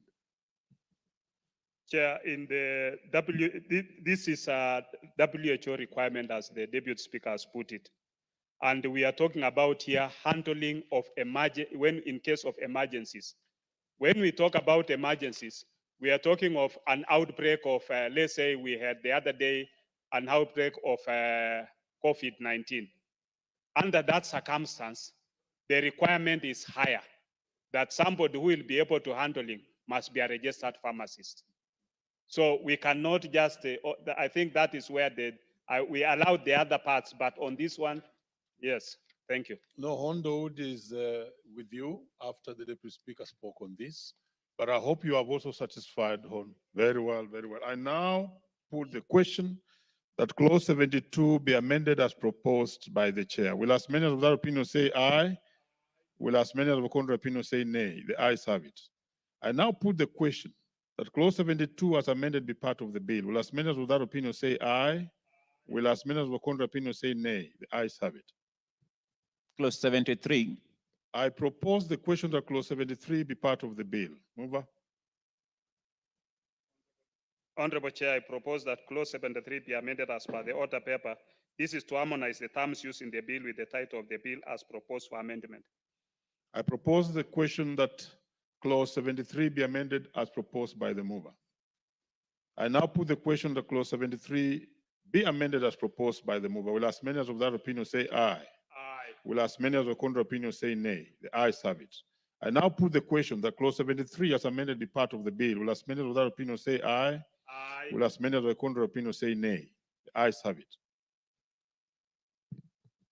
Clauses 74, 75, 76, 77, and 78. I propose the question that clauses 74, 75, 76, 77, and 78 be part of the bill. There are no amendments on these ones.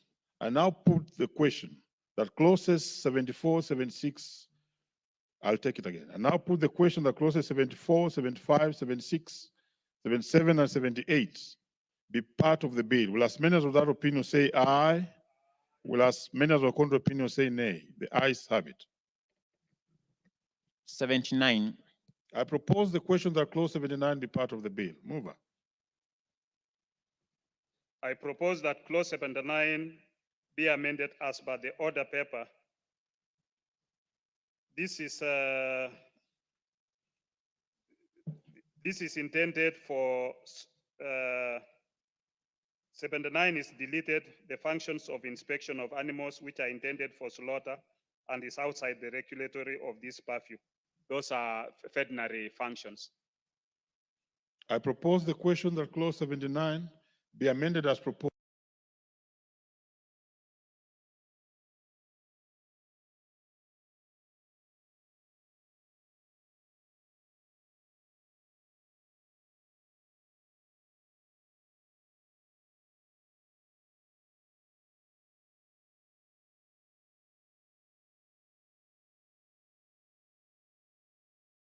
By the mover. Honorable Makali. Yeah, thank you very much, Honorable Chairperson. Honorable Chairperson, this clause is a very important clause because what it is doing is actually trying to demand that before any health product or technology is brought to this country,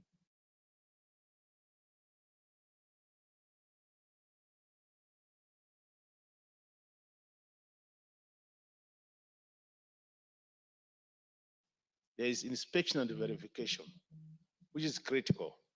But I'm a bit worried about the penalty in case you go against that. That is the part 3 of it, where the penalty is only $1 million or 2 years imprisonment. I wish the chair could actually make this more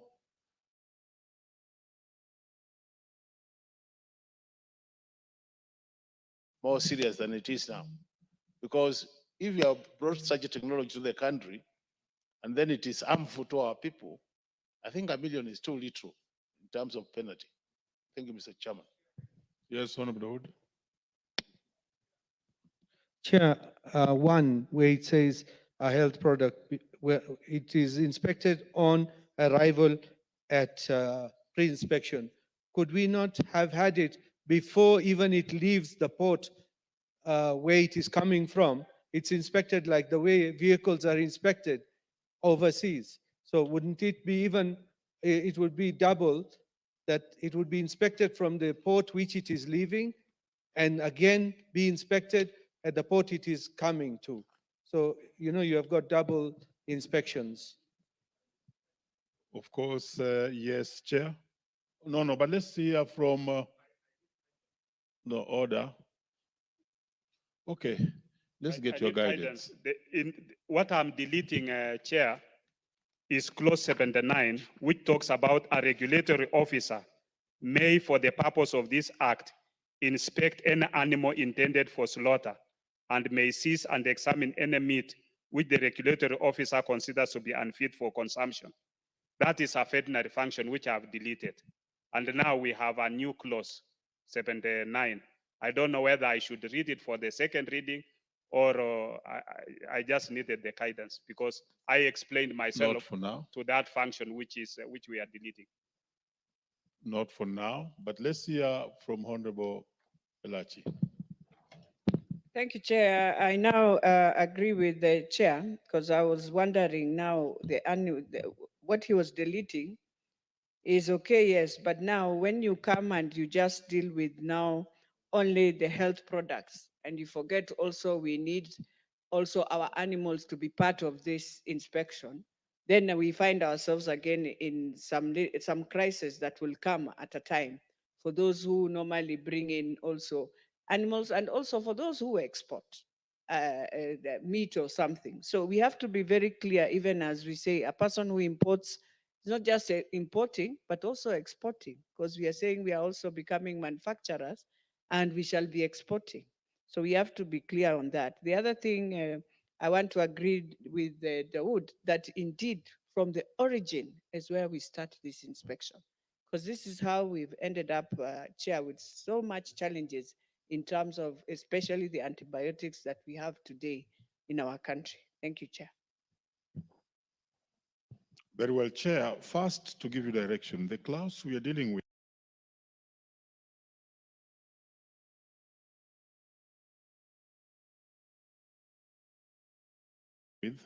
is you are deleting and replacing. So it's not a complete new clause. We shall deal with new clauses later. We were still going to give you a chance. So please speak on all the things members have said and explain yourself. Honorable Chair, with now the replacement, this new clause on inspection and verification of health products and technologies at the ports of entry enables the authority to enforce compliance with the prescribed standards of quality, safety, and efficacy of health products and technologies before release at the ports of entry, so as to prevent concealment, misdeclaration, diversion, and cross-border smuggling of health products and technologies. Thank you, Chair. Very well. Members are still not satisfied with the issue of penalty. Chair. In 1 minute. In 3, a person who commits an offense under this section shall on conviction be liable to a fine not exceeding 1 million shillings or to imprisonment for a term not exceeding 2 years or to both. Is Very the well. penalty too lenient? Very well. Allow for a further amendment to that. But at least we make it 2 million? Then may I speak, Chair, that there are dissenting voices on this one. I want to allow them to propose a further amendment. Chair, take your seat. Let's hear from Honorable. I want to get the comment from Honorable, my colleague in the teaching profession. Proceed, Dorothy. Thank you, Chair. I agree with Honorable Makari that this crime is so serious, it should attract more penalty, and I propose that we go to 3 million and 3 years or both. Yes, when the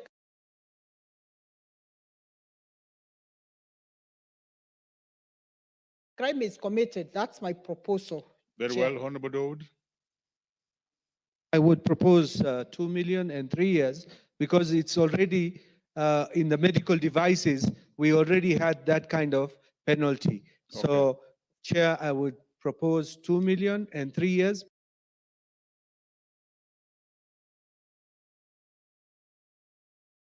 Because even in medical devices, we had the same punishment. So at least it looks standard. Very well, at least you have a rationale. Let's hear the Honorable. Who? That's Honorable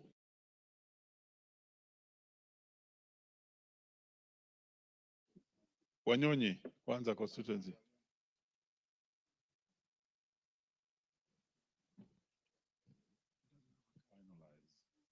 Give him a mic. Give him any mic around that place. And it's in 1 minute, Honorable Wanyonyi. Chair, I think this is, we are dealing with these people are doing business. And when you put it like 3 million shillings as a businessman, you can find your way out. I think, to me,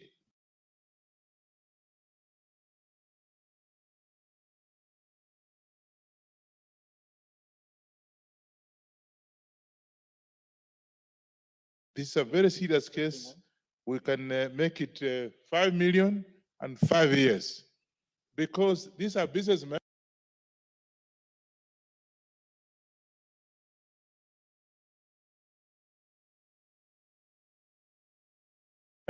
And you can be able to mobilize what's 3 million shillings for businessmen. Very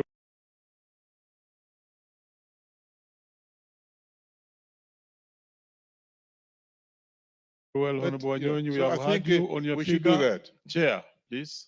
Now rest the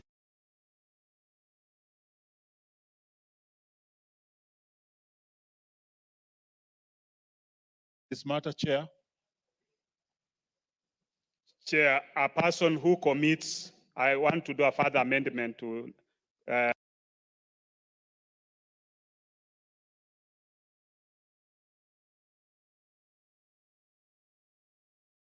79.3, that a person who commits an offense under this section shall on conviction be liable to a fine not exceeding 3 million shillings or to imprisonment for a term not exceeding 2 years or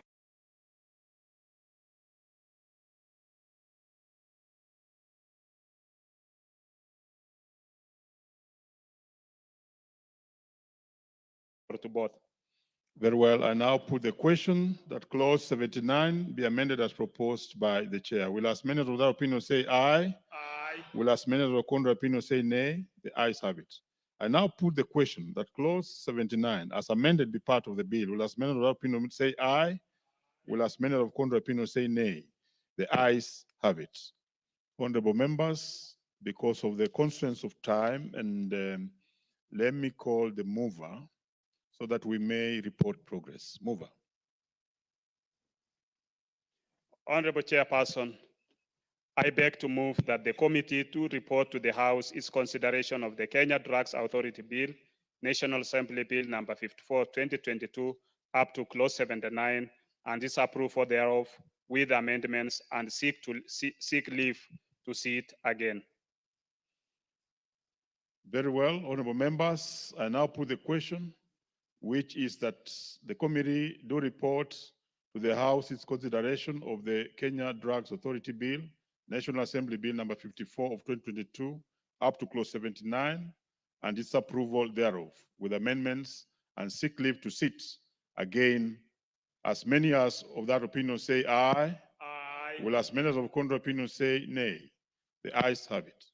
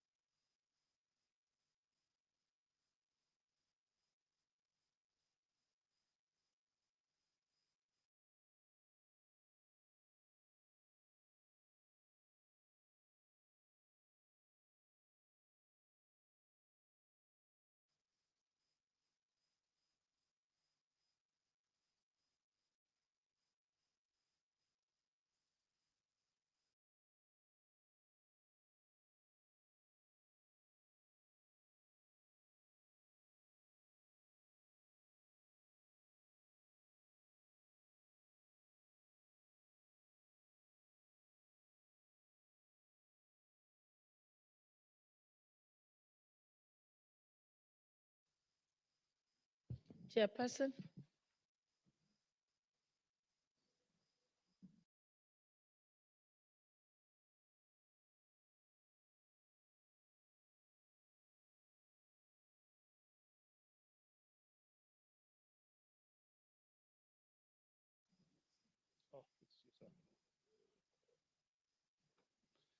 Very well.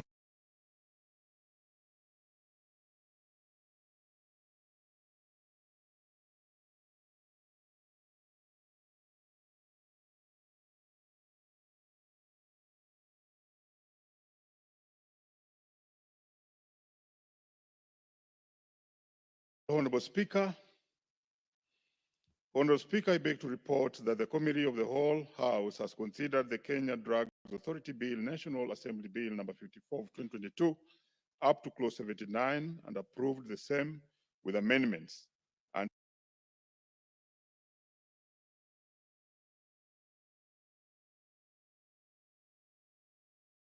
seek leave to sit again.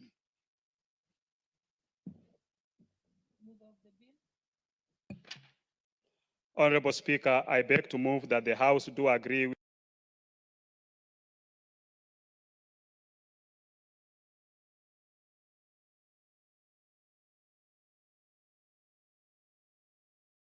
with the committee in the said report. I also request Honorable Jesse Mengit to second the motion for agreement with the report of the Committee of the Whole House.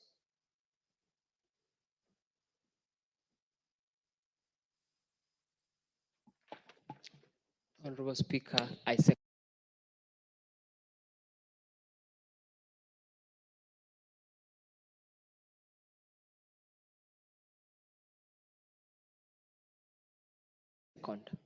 Thank you. Honorable members, I now propose the question, which is the House do agree with the committee in the said report.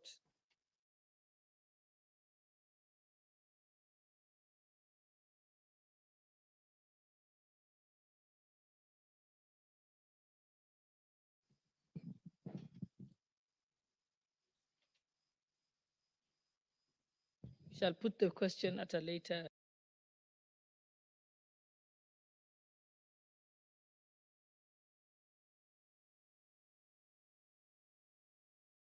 time. And honorable members, the time now being 1 p.m. and 3 minutes. This House stands adjourned. Sorry, let me take that again. Honorable members, and the time being 1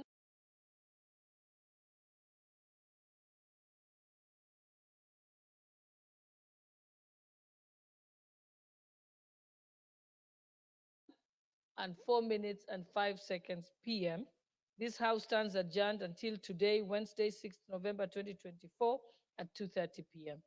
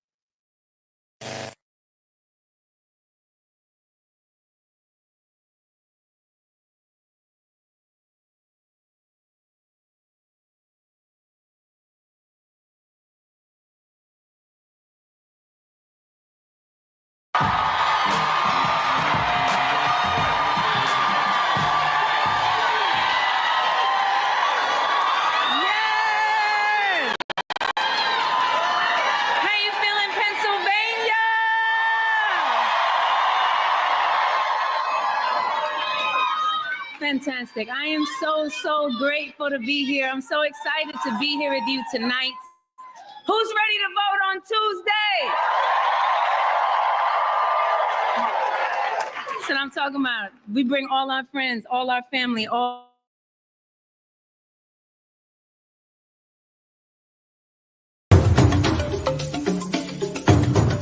Sound Candy Talk sasa imeboreshwa zaidi. Kila siku ya wiki asubuhi tunapambazuka na maabudu na sifa kwenye kipindi cha Daybreak Worship. Baadaye tunakuletea mahojiano ya moja kwa moja kwenye one-on-one show. Alafu tunakuletea taarifa zinazochipuka siku hiyo zikiwa ange kwenye In the News Headlines. Kisha tunaingia bungeni. Viongozi tuliowachagua tuangalie wanafanya nini bungeni. On a daily basis, whenever the House is sitting, they order paper,